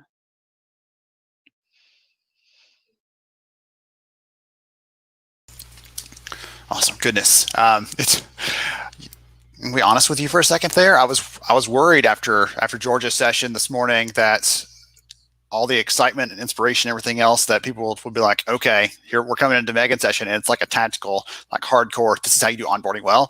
And everybody seemed to skip right over. Over 1,000 people watching live right now, just jumped right over that and dove in. Megan, super active conversation, lots of good ideas shared there. Next up, we're going to jump into Christine. She and I we all know we're running late. It's okay. It's no big deal.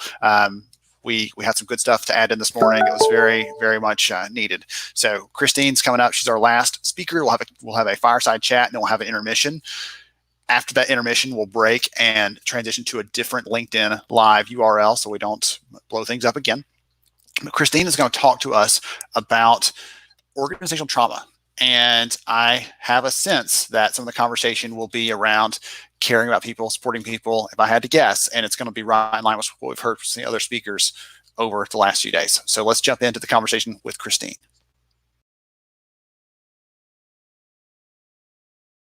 Thanks, Ben, and welcome everyone.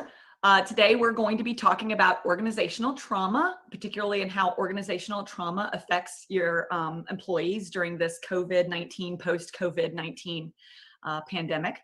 My name is Christine Asif, and I'm going to be taking you through today what we're talking about today. So first, a little bit about me. I am a people solutions consultant, have about 15 years of HR experience and over 20 years of experience in training and development.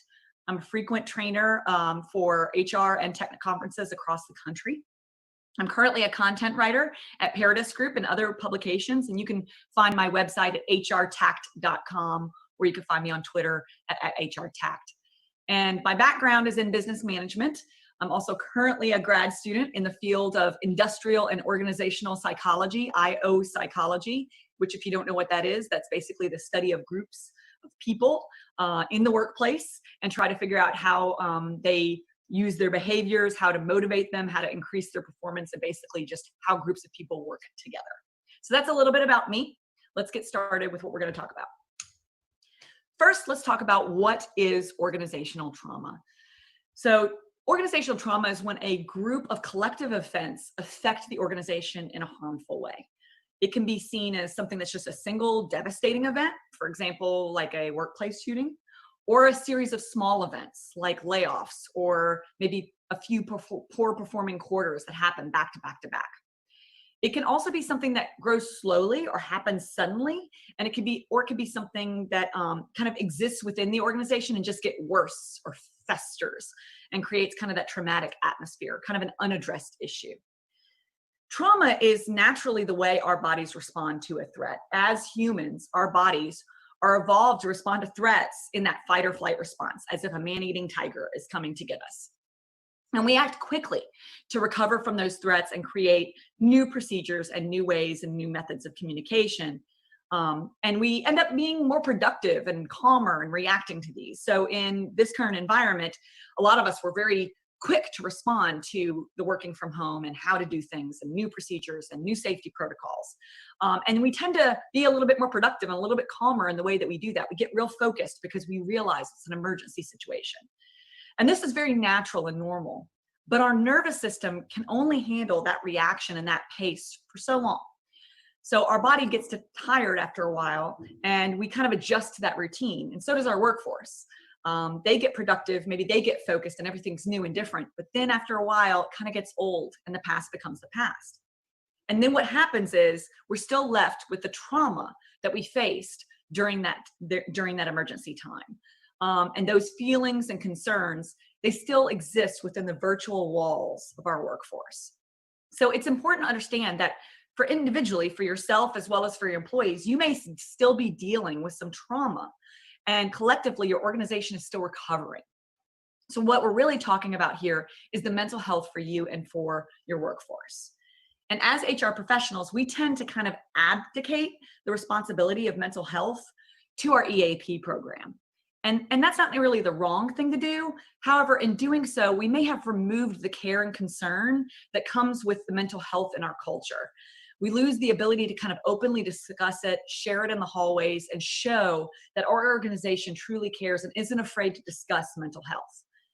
Part of trauma recovery is getting ourselves and our organization back to a place of safety. But before we talk about how to help it, let's first talk about particularly how this epidemic of COVID-19 is affecting us, our employees, and our whole organization. So dealing with COVID-19 is unique. And here's some areas where it may be affecting your particular organization. So for example, many of us had to face layoffs. And your employees in that particular situation are scared they're going to be next. They're scared it's not done. They're scared of what could happen. A new epidemics break out, and then all of a sudden, what happens again? Are there going to be more layoffs?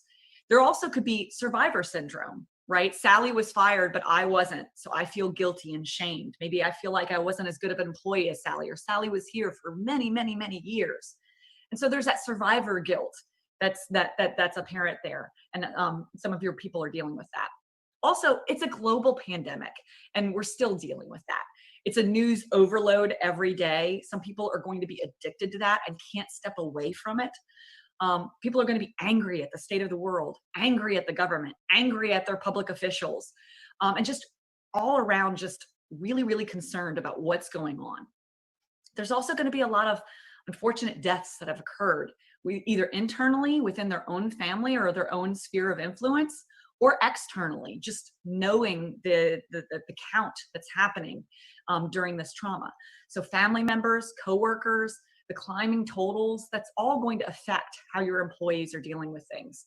And so there's going to be some stages of grief as well as depression that just exist within the atmosphere. There's also a lot of economic stress right now. Anxiety over job losses, over just how many jobs people aren't having right now, their own personal lives.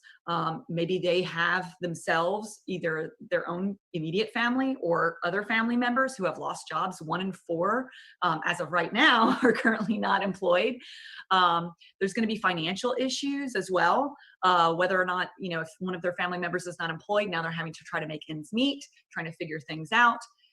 And also just putting on hold the things that they wanted to do, a new house, the vacation, going back to school, that economic stress now is going to be facing them. And then the idea of essential, right? This essential versus non-essential, the terminology that's very, very new and different for COVID. And a lot of employees, especially the ones who are essential, are going to start to feel things like, am I essential or sacrificial? Do you really even care about me? I don't feel like they cared about me during this whole thing because I was out there and my life was at risk. So there's a lot of that feeling that's going to persist as we start to either emerge from this or continue in this cycle. And even the partners that we work with, it may not be happening in your particular workforce, but partners that you work with or that they're witnessing, or the organizations that they're seeing, that trauma is going to exist. And they're going to be aware of that. And then disconnection and loneliness. I mean, obviously, a lot of us are working from home. And in those particular situations, we're just feeling a lot of disconnect and loneliness in the way that we're interacting now versus the normal workforce. And there's a broad body of research that really links social isolation and loneliness to poor mental health. And recent data just shows that this sheltering in place that we're doing, 47% people have reported that they are having some kind of negative mental health effect from just the worry and the stress related to the coronavirus, as well as just the sheltering in place. And these negative mental health effects and social isolation are going to be particular among your older adults and those who are already at risk for depression. So those that already suffer from, social isolation problems and depression, anxiety, and things like that. In addition, this medium that we talk through, these Zoom meetings that we have, we know that they are just exhausting. There's a term called proprioception, which I know I always pronounce it wrong, but it's basically the unconscious sense that we keep track of where everything is. So for example, like when you're at a party and you keep track of kind of where all the people are around you, this is something that humans just do. But our brains are wired to keep track of things on a 3D plane, not a 2D plane. So these Zoom meetings, these virtual chats are actually more exhausting, and we're using more energy for them just to be able to have that interaction. And it's also been shown that this is a less meaningful interaction, to be quite honest. We just know that face-to-face communication is better. In fact, phone is even better than Zoom meetings. We're seeing some research come out on that. So we're seeing this disconnection and this loneliness because we just don't feel connected in this particular way. And then there's something for compassion fatigue. And in your particular workforce, you may be facing this, especially if you're working in the healthcare industry or you have people who are essential. There's stress that we have resulting from caring and healing traumatized people or suffering people.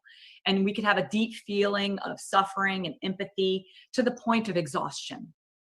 And we have a deep desire to want to alleviate the pain and the suffering of other people. We really want to help. But there's a problem when we get really emotionally attached, and that compassion tends to become an emotional overload. And so there's something that we really need to have, which is a detached empathy. We're empathetic, but we're not so attached to it that it causes our own emotional fatigue. So those are a few things that are affecting you and your organization, particularly in this COVID environment. But let's talk about the things that can impact how that can impact our organization. So how trauma can impact your organization comes in various different ways. First, a lot of communication barriers can come from this, particularly silence or the lack of communication. We know that trauma can cause something called auditory processing issues. And this is something where when someone is facing a traumatic event, it's like for like 10 seconds after somebody speaks, their brain finally processes what's happening. And this can happen. It's kind of one of those where you hear them perfectly well, but you're not really able to process what's going on. And it's because our brains have been exhausted firing with all this trauma and all this emotional labor that we're having, that sometimes it just feels like we're not even being able to process what's going on. It's like having background noise in the television or in the other room. Sometimes you just can't even finish your own sentences because everything seems distracting. There can be increased misunderstandings, right? And communication barriers on that. Just an exhaustion on having to over communicate, feeling like we're communicating so much that we have to constantly keep going. And that creates just a lot of barriers on how we're doing things. Breaking trust and paranoia. Where when we have less meaningful communications, we can get very insecure and doubt our own abilities, or doubt that people who used to like us still like us. It's kind of like being in middle school again, right? Where you feel like if they're not talking to you, that maybe they're talking about you. And so we're starting to think like, do they really like me? Do they not really like me? And past traumas and past events can kind of slowly emerge and permeate into what's going on. A lot of like talking about rejection and feeling of loneliness, some social anxiety, maybe even just some self-esteem issues. And maybe you might have some people who react with some perfectionism, right? Trying to be perfect on every single thing. But basically what it comes down to is, in a connection vacuum, people are going to invent their own social interactions. Put simply, when we feel threatened, particularly by some type of trauma, we tend to think that everyone's out to get us, right? This is just a natural reaction. And so that's where that insecurity and that paranoia can come from. There's also something called executive dysfunction, which is basically just low productivity or an inability, feeling like we're spinning our wheels. And if you don't know the term, think of it like a human version of buffering, right? It's where you sit there and you think about, I need to get up and I need to go do the dishes. But then you sit there and you think about it and you think about it and you think about it, but you don't actually do it. And you think over and over again that I need to do these dishes. But as hard as you can, you just can't get yourself to will to do it. You keep thinking, I should be doing. And it's not laziness. It could be a symptom of a mental health issue or some type of exhaustion. And I love this tweet that talks about how our brains are like opening the task manager in your computer and finding out that there's something in the background that's running and just taking up all of the processing power. And so we're not really just functioning on, all four cylinders. Essentially, we're just facing a lot of cognitive overload from this whole situation. And so we're feeling like we're doing more, and that's creating that executive dysfunction, that feeling of, why can't I feel like I don't have get up and go. And that can be why it is. And this waxes and wanes on a day-to-day basis, right? And then there's overfunctioning, being overproductive. You might see this in some of your workforce. People doing more than necessary, going way too deep into things, and really just overperforming. And this is a distraction. This is something that that can happen with a feeling of survivor syndrome or a heightened anxiety, the need to really just do as much as I possibly can so that I don't have to think or feel feelings. To cancel this overfunctioning, we need to learn personally how to say no. And then we need to be okay with being told no. We need to emphasize that it's okay for our employees to tell us, no, I cannot handle this right now. Or no, I'm not going to do that. We're constantly going to be asking for production and performance. But the thing is that we need to be okay with our employees telling us, I've got too much right now, especially as we're doing all of these multiple things, and especially personally in our own homes. If we're still having to learn how to do school, kids are still home from school, things like that. And then also there can be some feelings of victimization and feelings of lack of empowerment, blaming the company for everything, blaming everyone else for everything, feeling like that they're not involved in decisions. You know, they feel like they have a lower self-esteem, or maybe they were optimistic and now they're very pessimistic. And a feeling that none of it makes a difference, right? That it's all going to go bad anyway. And that's where they feel maybe not confident in the leadership, feeling like they can't help, right? And that's where that victimization, that's definitely a trauma, something that's, a trauma reaction. So now let's look at how those impacts can manifest and what they look like and how they function in your workforce. So in work behaviors, we can see these kind of traumatic symptoms show up as not showing up for meetings, not showing up at all, expressing a desire to quit, starting to joke about the fact that they're going to retire early or move on or find a different company, and sarcastic, in a way that they're leaving. But those little things can be symptoms of some kind of trauma that they're having that still kind of exists. And if there was trauma prior to this, boy, it's going to be heightened now. And so you're definitely going to see some of that. They're going to be bringing that up.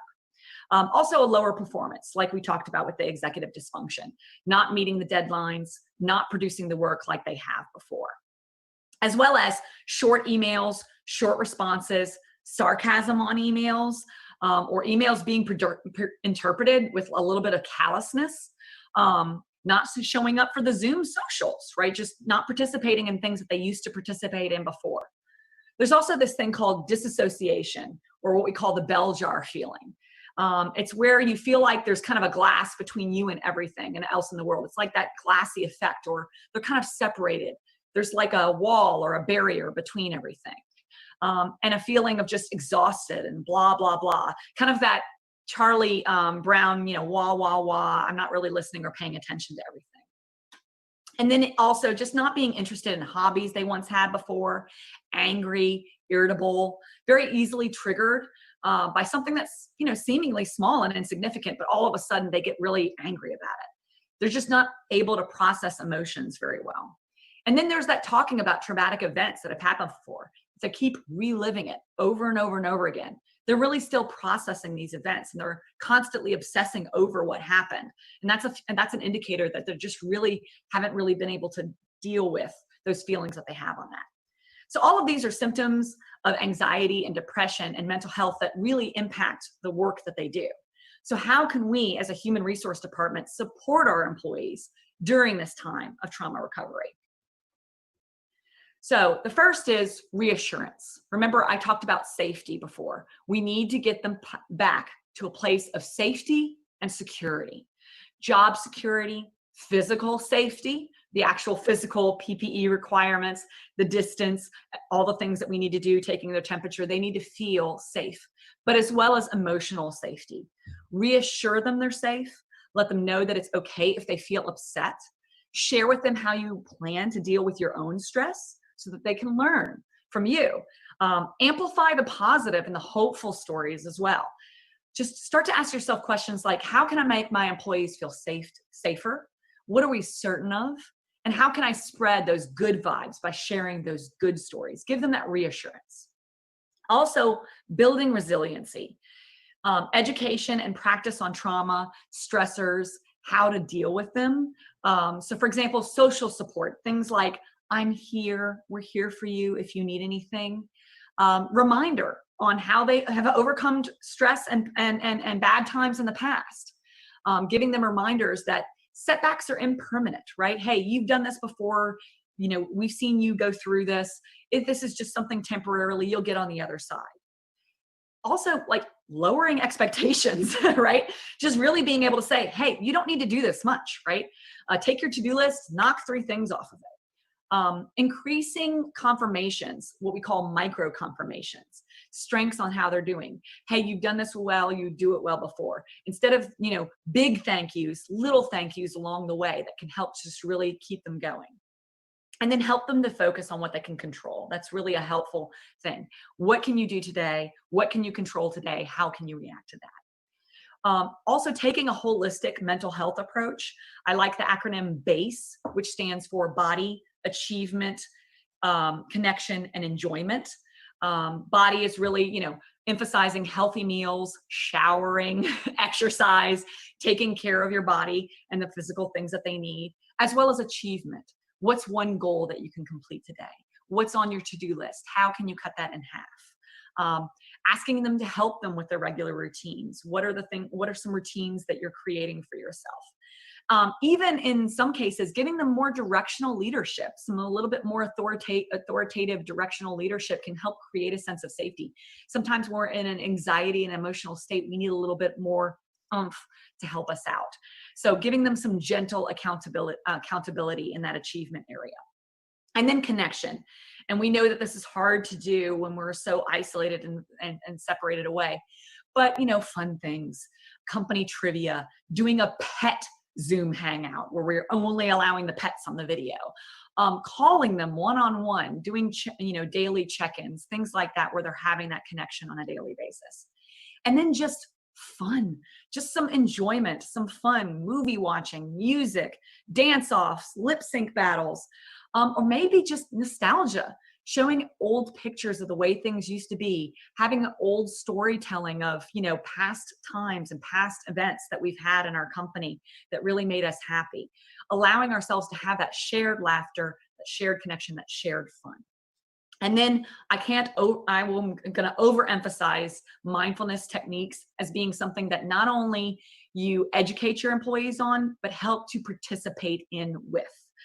And these are things, and I won't go over them in great detail, but these are things like power poses, which is, something that comes from Amy Cuddy in her TED Talk and in her book Presence, teaching people to be able to do those power poses on a daily basis to feel a little bit stronger, a little bit more confident. Grounding techniques, like using our senses, where we close our eyes and we think about, what do I smell? What do I feel? What do I see? What do I hear? Getting grounded in those breathing techniques, those breathing exercises, and some meditation. Something easily being able to do is giving them meditation resources. You can buy the Shine app or the Calm app for all of your employees, send it to them and ask them to use it on a daily basis. Do it in a Zoom call. Teach them those breathing techniques to ease anxiety and get them to a place of safety. One of my favorite techniques is what's called emotional freedom technique, which is nicknamed tapping. And I won't go into great detail, but I'll give that resource to you within my presentation.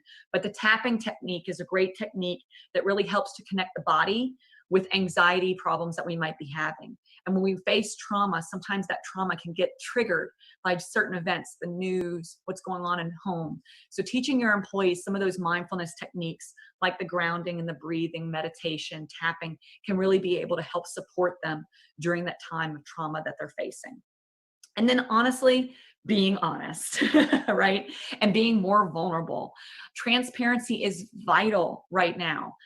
Making room for emotional expression and expressing and encouraging that expression throughout the atmosphere. Just clear communication on the things that you are certain about, and then being able to say that you don't know and you're not sure and that you're trying to figure it out on the things that you're not clear about. To say we're trying to figure this out is really an important thing. And one of my fellow IOPsych OD consultants, Jenna Patsella, said, you can tell a culture by how much and how they're communicating. So your culture is really going to be apparent in how you're communicating. If we're trying to push through and muscle through this as if we know everything, that's really going to become apparent for our employees. They're going to feel that. They're going to know that that's a falseness. And Dr. Aiken, who's a doctorate in IO psychology at the University of Maryland, she says, when we move towards being perfectionists, that perfectionist attitude, we become less relatable. And it's really important to be relatable right now to our employees when we're facing this kind of organizational trauma. So answer the questions, share the facts as much as you're able to, communicate and over-communicate that sense of safety with them. Be honest, be vulnerable. And then lastly, be a role model. Take breaks, get plenty of sleep, get exercise yourself, eat well, and connect with your own colleagues. The more that we hide the feelings that we have, the more they're going to hang around. The only way through these feelings is through them, right? We have to face them. Facing it is not always going to work. This isn't the time to muscle through, but instead to understand, to empathize, and to share the struggle as a team, right? That's what we need to be doing. So the last thing that I'll leave you with is something that I loved from Dr. Barbara Mariposa, who's a psychiatrist in public health in the UK. And she talks about bamboo, and how bamboo during typhoons and hurricanes always seems to remain, even though the trees and the houses and everything else seem to get just abolished. And why is it that bamboo is always able to stand in these horrific storms with these high winds and everything against them? And that's because bamboo is flexible. It moves with the wind and it bends, but it doesn't break. It has strong roots that are firm into the ground, but it gives to the storm so that the roots stay. So ask yourself, as an organization, where are your roots of your organization? Where can you plant and get rooted so that you can regain that balance that your employees need to be rooted in that place of safety? All right. So I appreciate your time today. Thank you so much for being here. Again, you can find me at hrtact.com or on Twitter at hrtact. And I hope you have a wonderful day.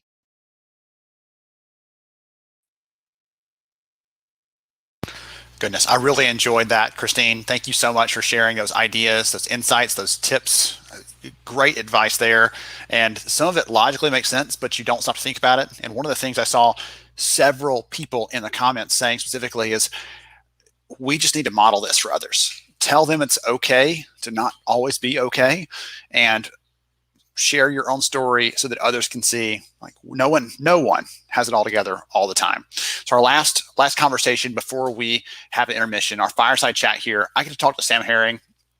He is sharp as can be on learning, employee development, growth, and we're going to hear from some insights from him about how companies can think about the training right now, how they can still be teaching and developing and growing their people, because we know that's one of the key triggers for engagement, for retention long term, is people feeling like there's an opportunity to grow at work. A lot of data says that. Some of the research that we've collected has also kind of backed that up as well. So let's go ahead, transition over to the conversation with Sam, and then we'll take a break after that.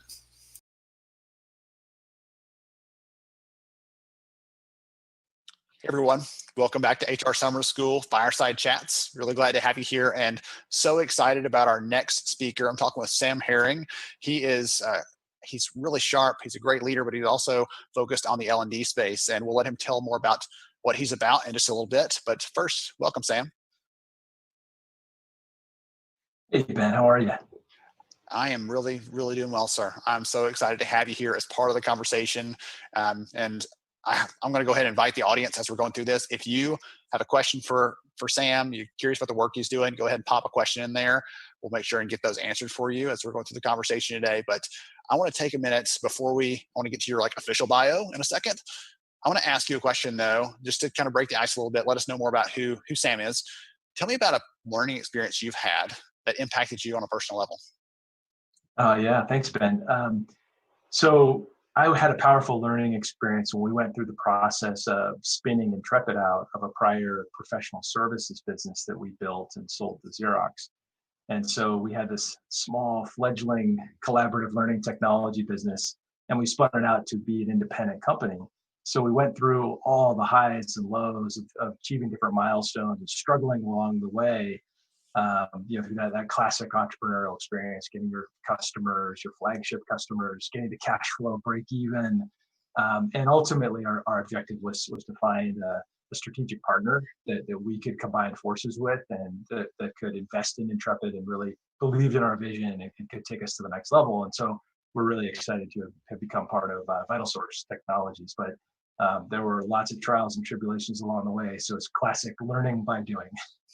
Learning by doing, absolutely. I had a chance last week to actually give a talk to a group of HR leaders in Pakistan, of all places, and that's one of the things we talked about was now is the time to really focus on that and to think about not just pushing out a bunch of content at people, but allowing them and encouraging them. You're learning every day by how you're doing things, how you're experimenting, how you're just going through your work day, and giving them more chances and more opportunities. Really encouraging that right now. So I thought that's a fun story. I'm glad you shared that. So thanks, Ben.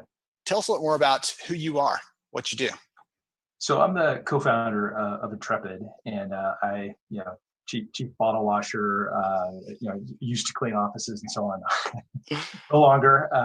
No, so I have the privilege of working with an amazing team of technologists, of professional services, basically learning experience designers who kind of bring learning experiences to life, and the folks who take care of our customers on our sales and customer success team. Intrepid is a collaborative learning platform. We really help organizations convert their most critical in-person training programs to engaging digital learning programs that deliver impact. So they're often cohort-based, collaborative, like you said, then applied, a big focus for us. And you and I have talked about this in the past, the concept of missions and projects and working both as individuals to apply learning to your real work in the workflow, as well as teams working together. So basically, it's this guided learning journeys that happen over time with a relentless focus on practice, application, and collaborating with your peers. Awesome. What? Can I speak frankly for a second? Absolutely. A lot of the learning tools that I see in the market are about, let's just figure out how to get more content in front of people. And I feel like it sounds like this conversation you're having here, it's different. It's not just about, let's just give them 10,000 more courses to be able to leaf through, and maybe that'll work and create some engagement. But you're trying to tap into that social nature of learners. Like, let's be more collaborative. Let's work together. And again, right now, probably more important than ever to look for ways to intentionally create those collaborative moments. So would you mind sharing an example of a customer maybe, or a case study of how this actually works in practice? Yeah, absolutely. I mean, you're absolutely right, Ben. We're swimming in content. Content is a commodity. It's everywhere. Now, good content and faulty content, those are two different things, but it's not hard to get access to world-class content. So to give an example of what that might look like, to take the world-class content and combine that with an experience for learners, one of our clients is Microsoft. And a few years ago, they came to us when they were going through a transformation to the cloud. And Microsoft was entering this as a real challenger position, going up against companies like Amazon and Google and Salesforce, Facebook, others that are cloud native. And so what they had to do was really transform the sales organization, in addition to their products, to be able to position cloud solutions to business buyers. And so the salespeople are normally used to talking to, say, a CIO about technologies. And what they needed to do was be able to talk to a business leader about how the technology would impact their business. So it seems simple concept, but actually a pretty big transformation. And so the idea was, we need to build some fundamental business skills, business strategy and financial acumen. How do you have a conversation with a CEO? How do you negotiate with the C-suite? Those types of things. And this is not, to your point, like, hey, let's throw a content catalog out there and see what happens. Like, we needed to really make sure this stuck, and more importantly, like, apply it to their context. What does it mean for a salesperson in Brazil who's serving the transportation sector, selling Azure? Like, so you need to bring it, land it. You need to let people wrestle with it, let them apply it. So what we did is we worked with a number of leading business schools like INSEAD, the London Business School, and others, to take that world-class content and then create learning journeys over time where literally thousands of learners could travel through these cohort experiences, apply those concepts to their top accounts, and thereby get real work done and learn at the same time. So we're kind of learning and work are no longer two different things. They're the same thing, and you're applying the learning to your real work. Absolutely. That's one of my favorite sayings, actually. I'm glad you said that. Learning isn't about taking you away from work. It's like, I got to go over here and do some learning and come back, because in that case, right, if you're thinking about sales or some of the other operational kind of things, like, learning helps you do that thing you're doing even better. It's not about 10 years from now, there might be a payoff to this course we're giving you. No, this experience where you're interacting with others and hearing, hey, here's what's working for me. Here's a best practice or a competitive practice that I'm using and focusing on that desire we have innately to be collaborative and to work with other people. I love that as a way to really reinforce those ideas that you're learning. And that's the real power, Ben, too, is it's not just a kind of an isolated personal learning experience. It becomes something that you gain insights from others. It could be team-based projects, but it could just be, looking at someone else's mission and being like, or someone else's discussion thread and be like, wow, that is brilliant. And I would not have connected with this person on another continent, serving the same industry I do, unless I was in this common learning experience. And so I think we have to continue to learn this lesson as learning professionals, that it's not just about content. Content is fantastic and valuable, but it's about experience, it's about collaboration, it's about application. And particularly now, as we're all isolated at home, there's tons of places we can go to feed ourselves with content, but to add that collaboration and application is just essential. Yeah, I was actually going to ask you about that a little bit, because I know you guys serve a ton of amazing customers. You mentioned Microsoft, and I know others are included in that list, that some of them probably have come through this relatively unfazed. Others are probably like, we need to rethink learning. Suddenly it's everything we knew was true is suddenly turned on its head. We have to think about this differently. Any insights there, what you're seeing in the market? Yeah, I mean, it's been dramatic. Of course, we saw first few weeks, a lot of organizations go into survive mode. On the enterprise side, we saw things just kind of slow down, stop, pause. On the supplier side, because of that, we saw organizations, training companies, just really taking a massive hit. Obviously, those that were dependent on classroom training were just are really in a hard spot right now.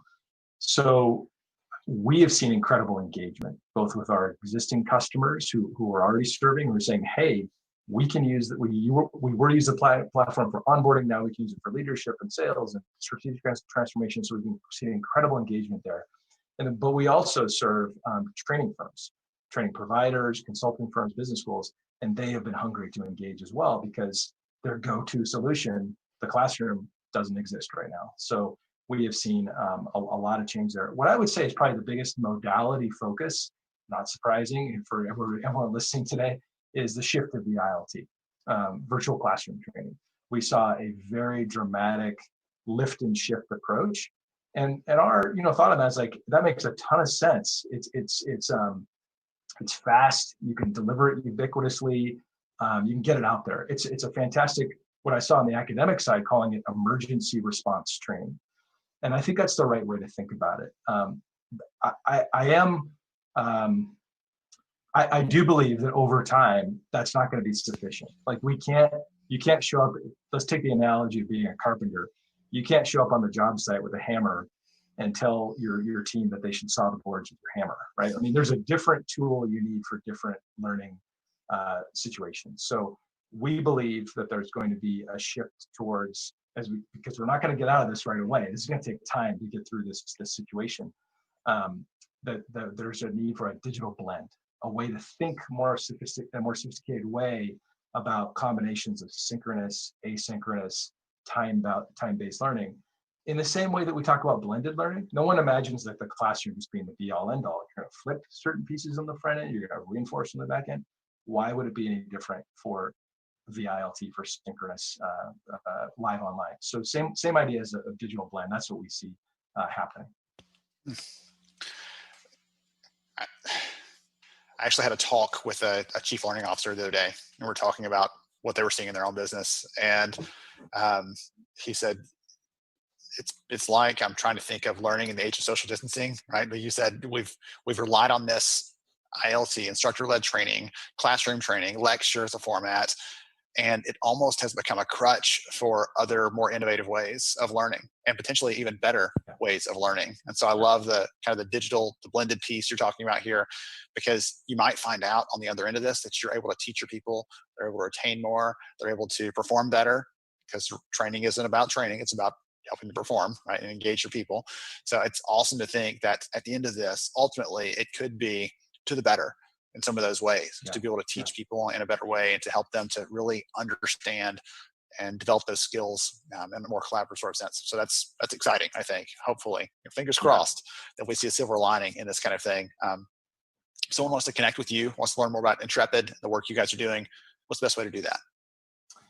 Come to our website. We just come take a look around, see what we're up to.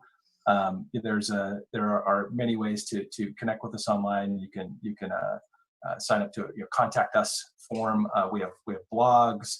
We're big believers in contributing back to the space. we've been having webinars and participating in virtual events, almost on a weekly basis since this is kicked in, and we've been seeing phenomenal engagement with that too. So we have those resources. One of the things I should mention too is back in the beginning of March, we put out a special COVID response, and this was really kind of reflecting on how can we serve. That was the mentality we took. How can we serve our customers? How can we serve the broader learning community?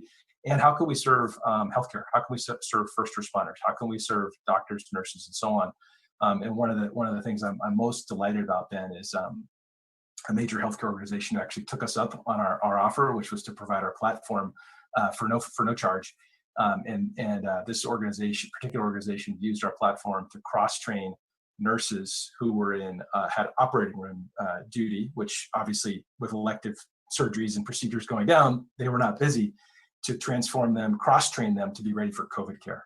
And so we had 3,600 nurses go through the cross-training that they developed on our platform. They identified the need in 11 days, built it, and launched it. So it's just one of those things you feel really excited about being able to serve. That's our culture, that's our ethos, and lots of resources on our website if you want to learn more. That is an incredible story. I'm glad you shared that one, because I remember seeing when this all again started, I was kind of keeping tabs on the different providers in the market, what they were doing. And I do remember now, because we were keeping tabs on the Lighthouse Research website about different companies serving.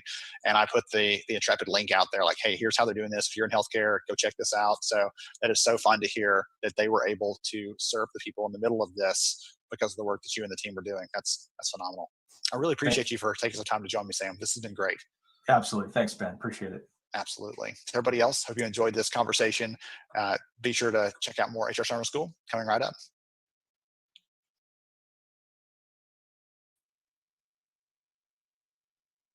Okay, awesome. This has been so much fun. First half of the day, again, we went a little bit long. First half of the day is over. We're going to take a break now.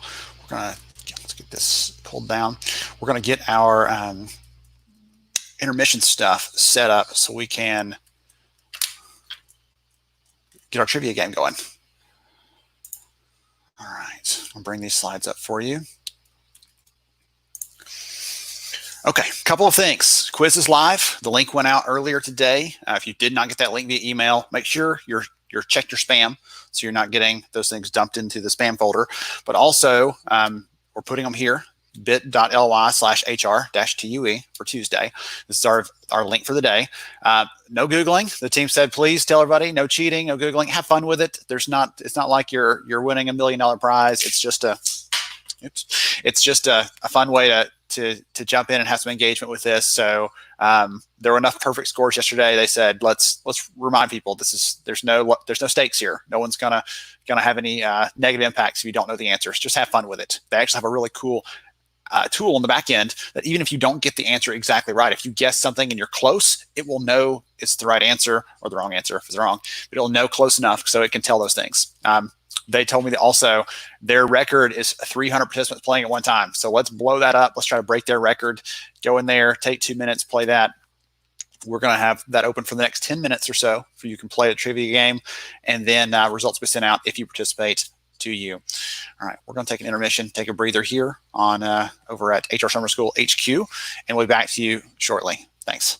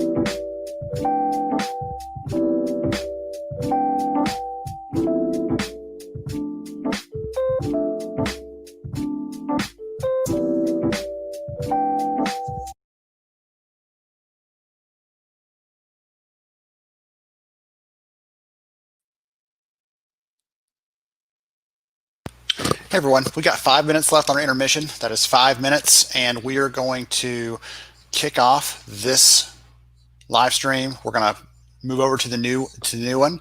So hang tight. I'll post that link on my LinkedIn recent activities tab, that link that's been shared with you a couple of times via email and everything else. Watch that. I'll share it out there, and you can join us on that new one. We'll have 5 minutes left on the intermission, and then we'll launch into Steve Brown, who is like the people's choice for speakers to this event already, it seems like. So here we go. I'll shut this one down. Thanks everybody for joining this morning, and can't wait to see you on the second half today.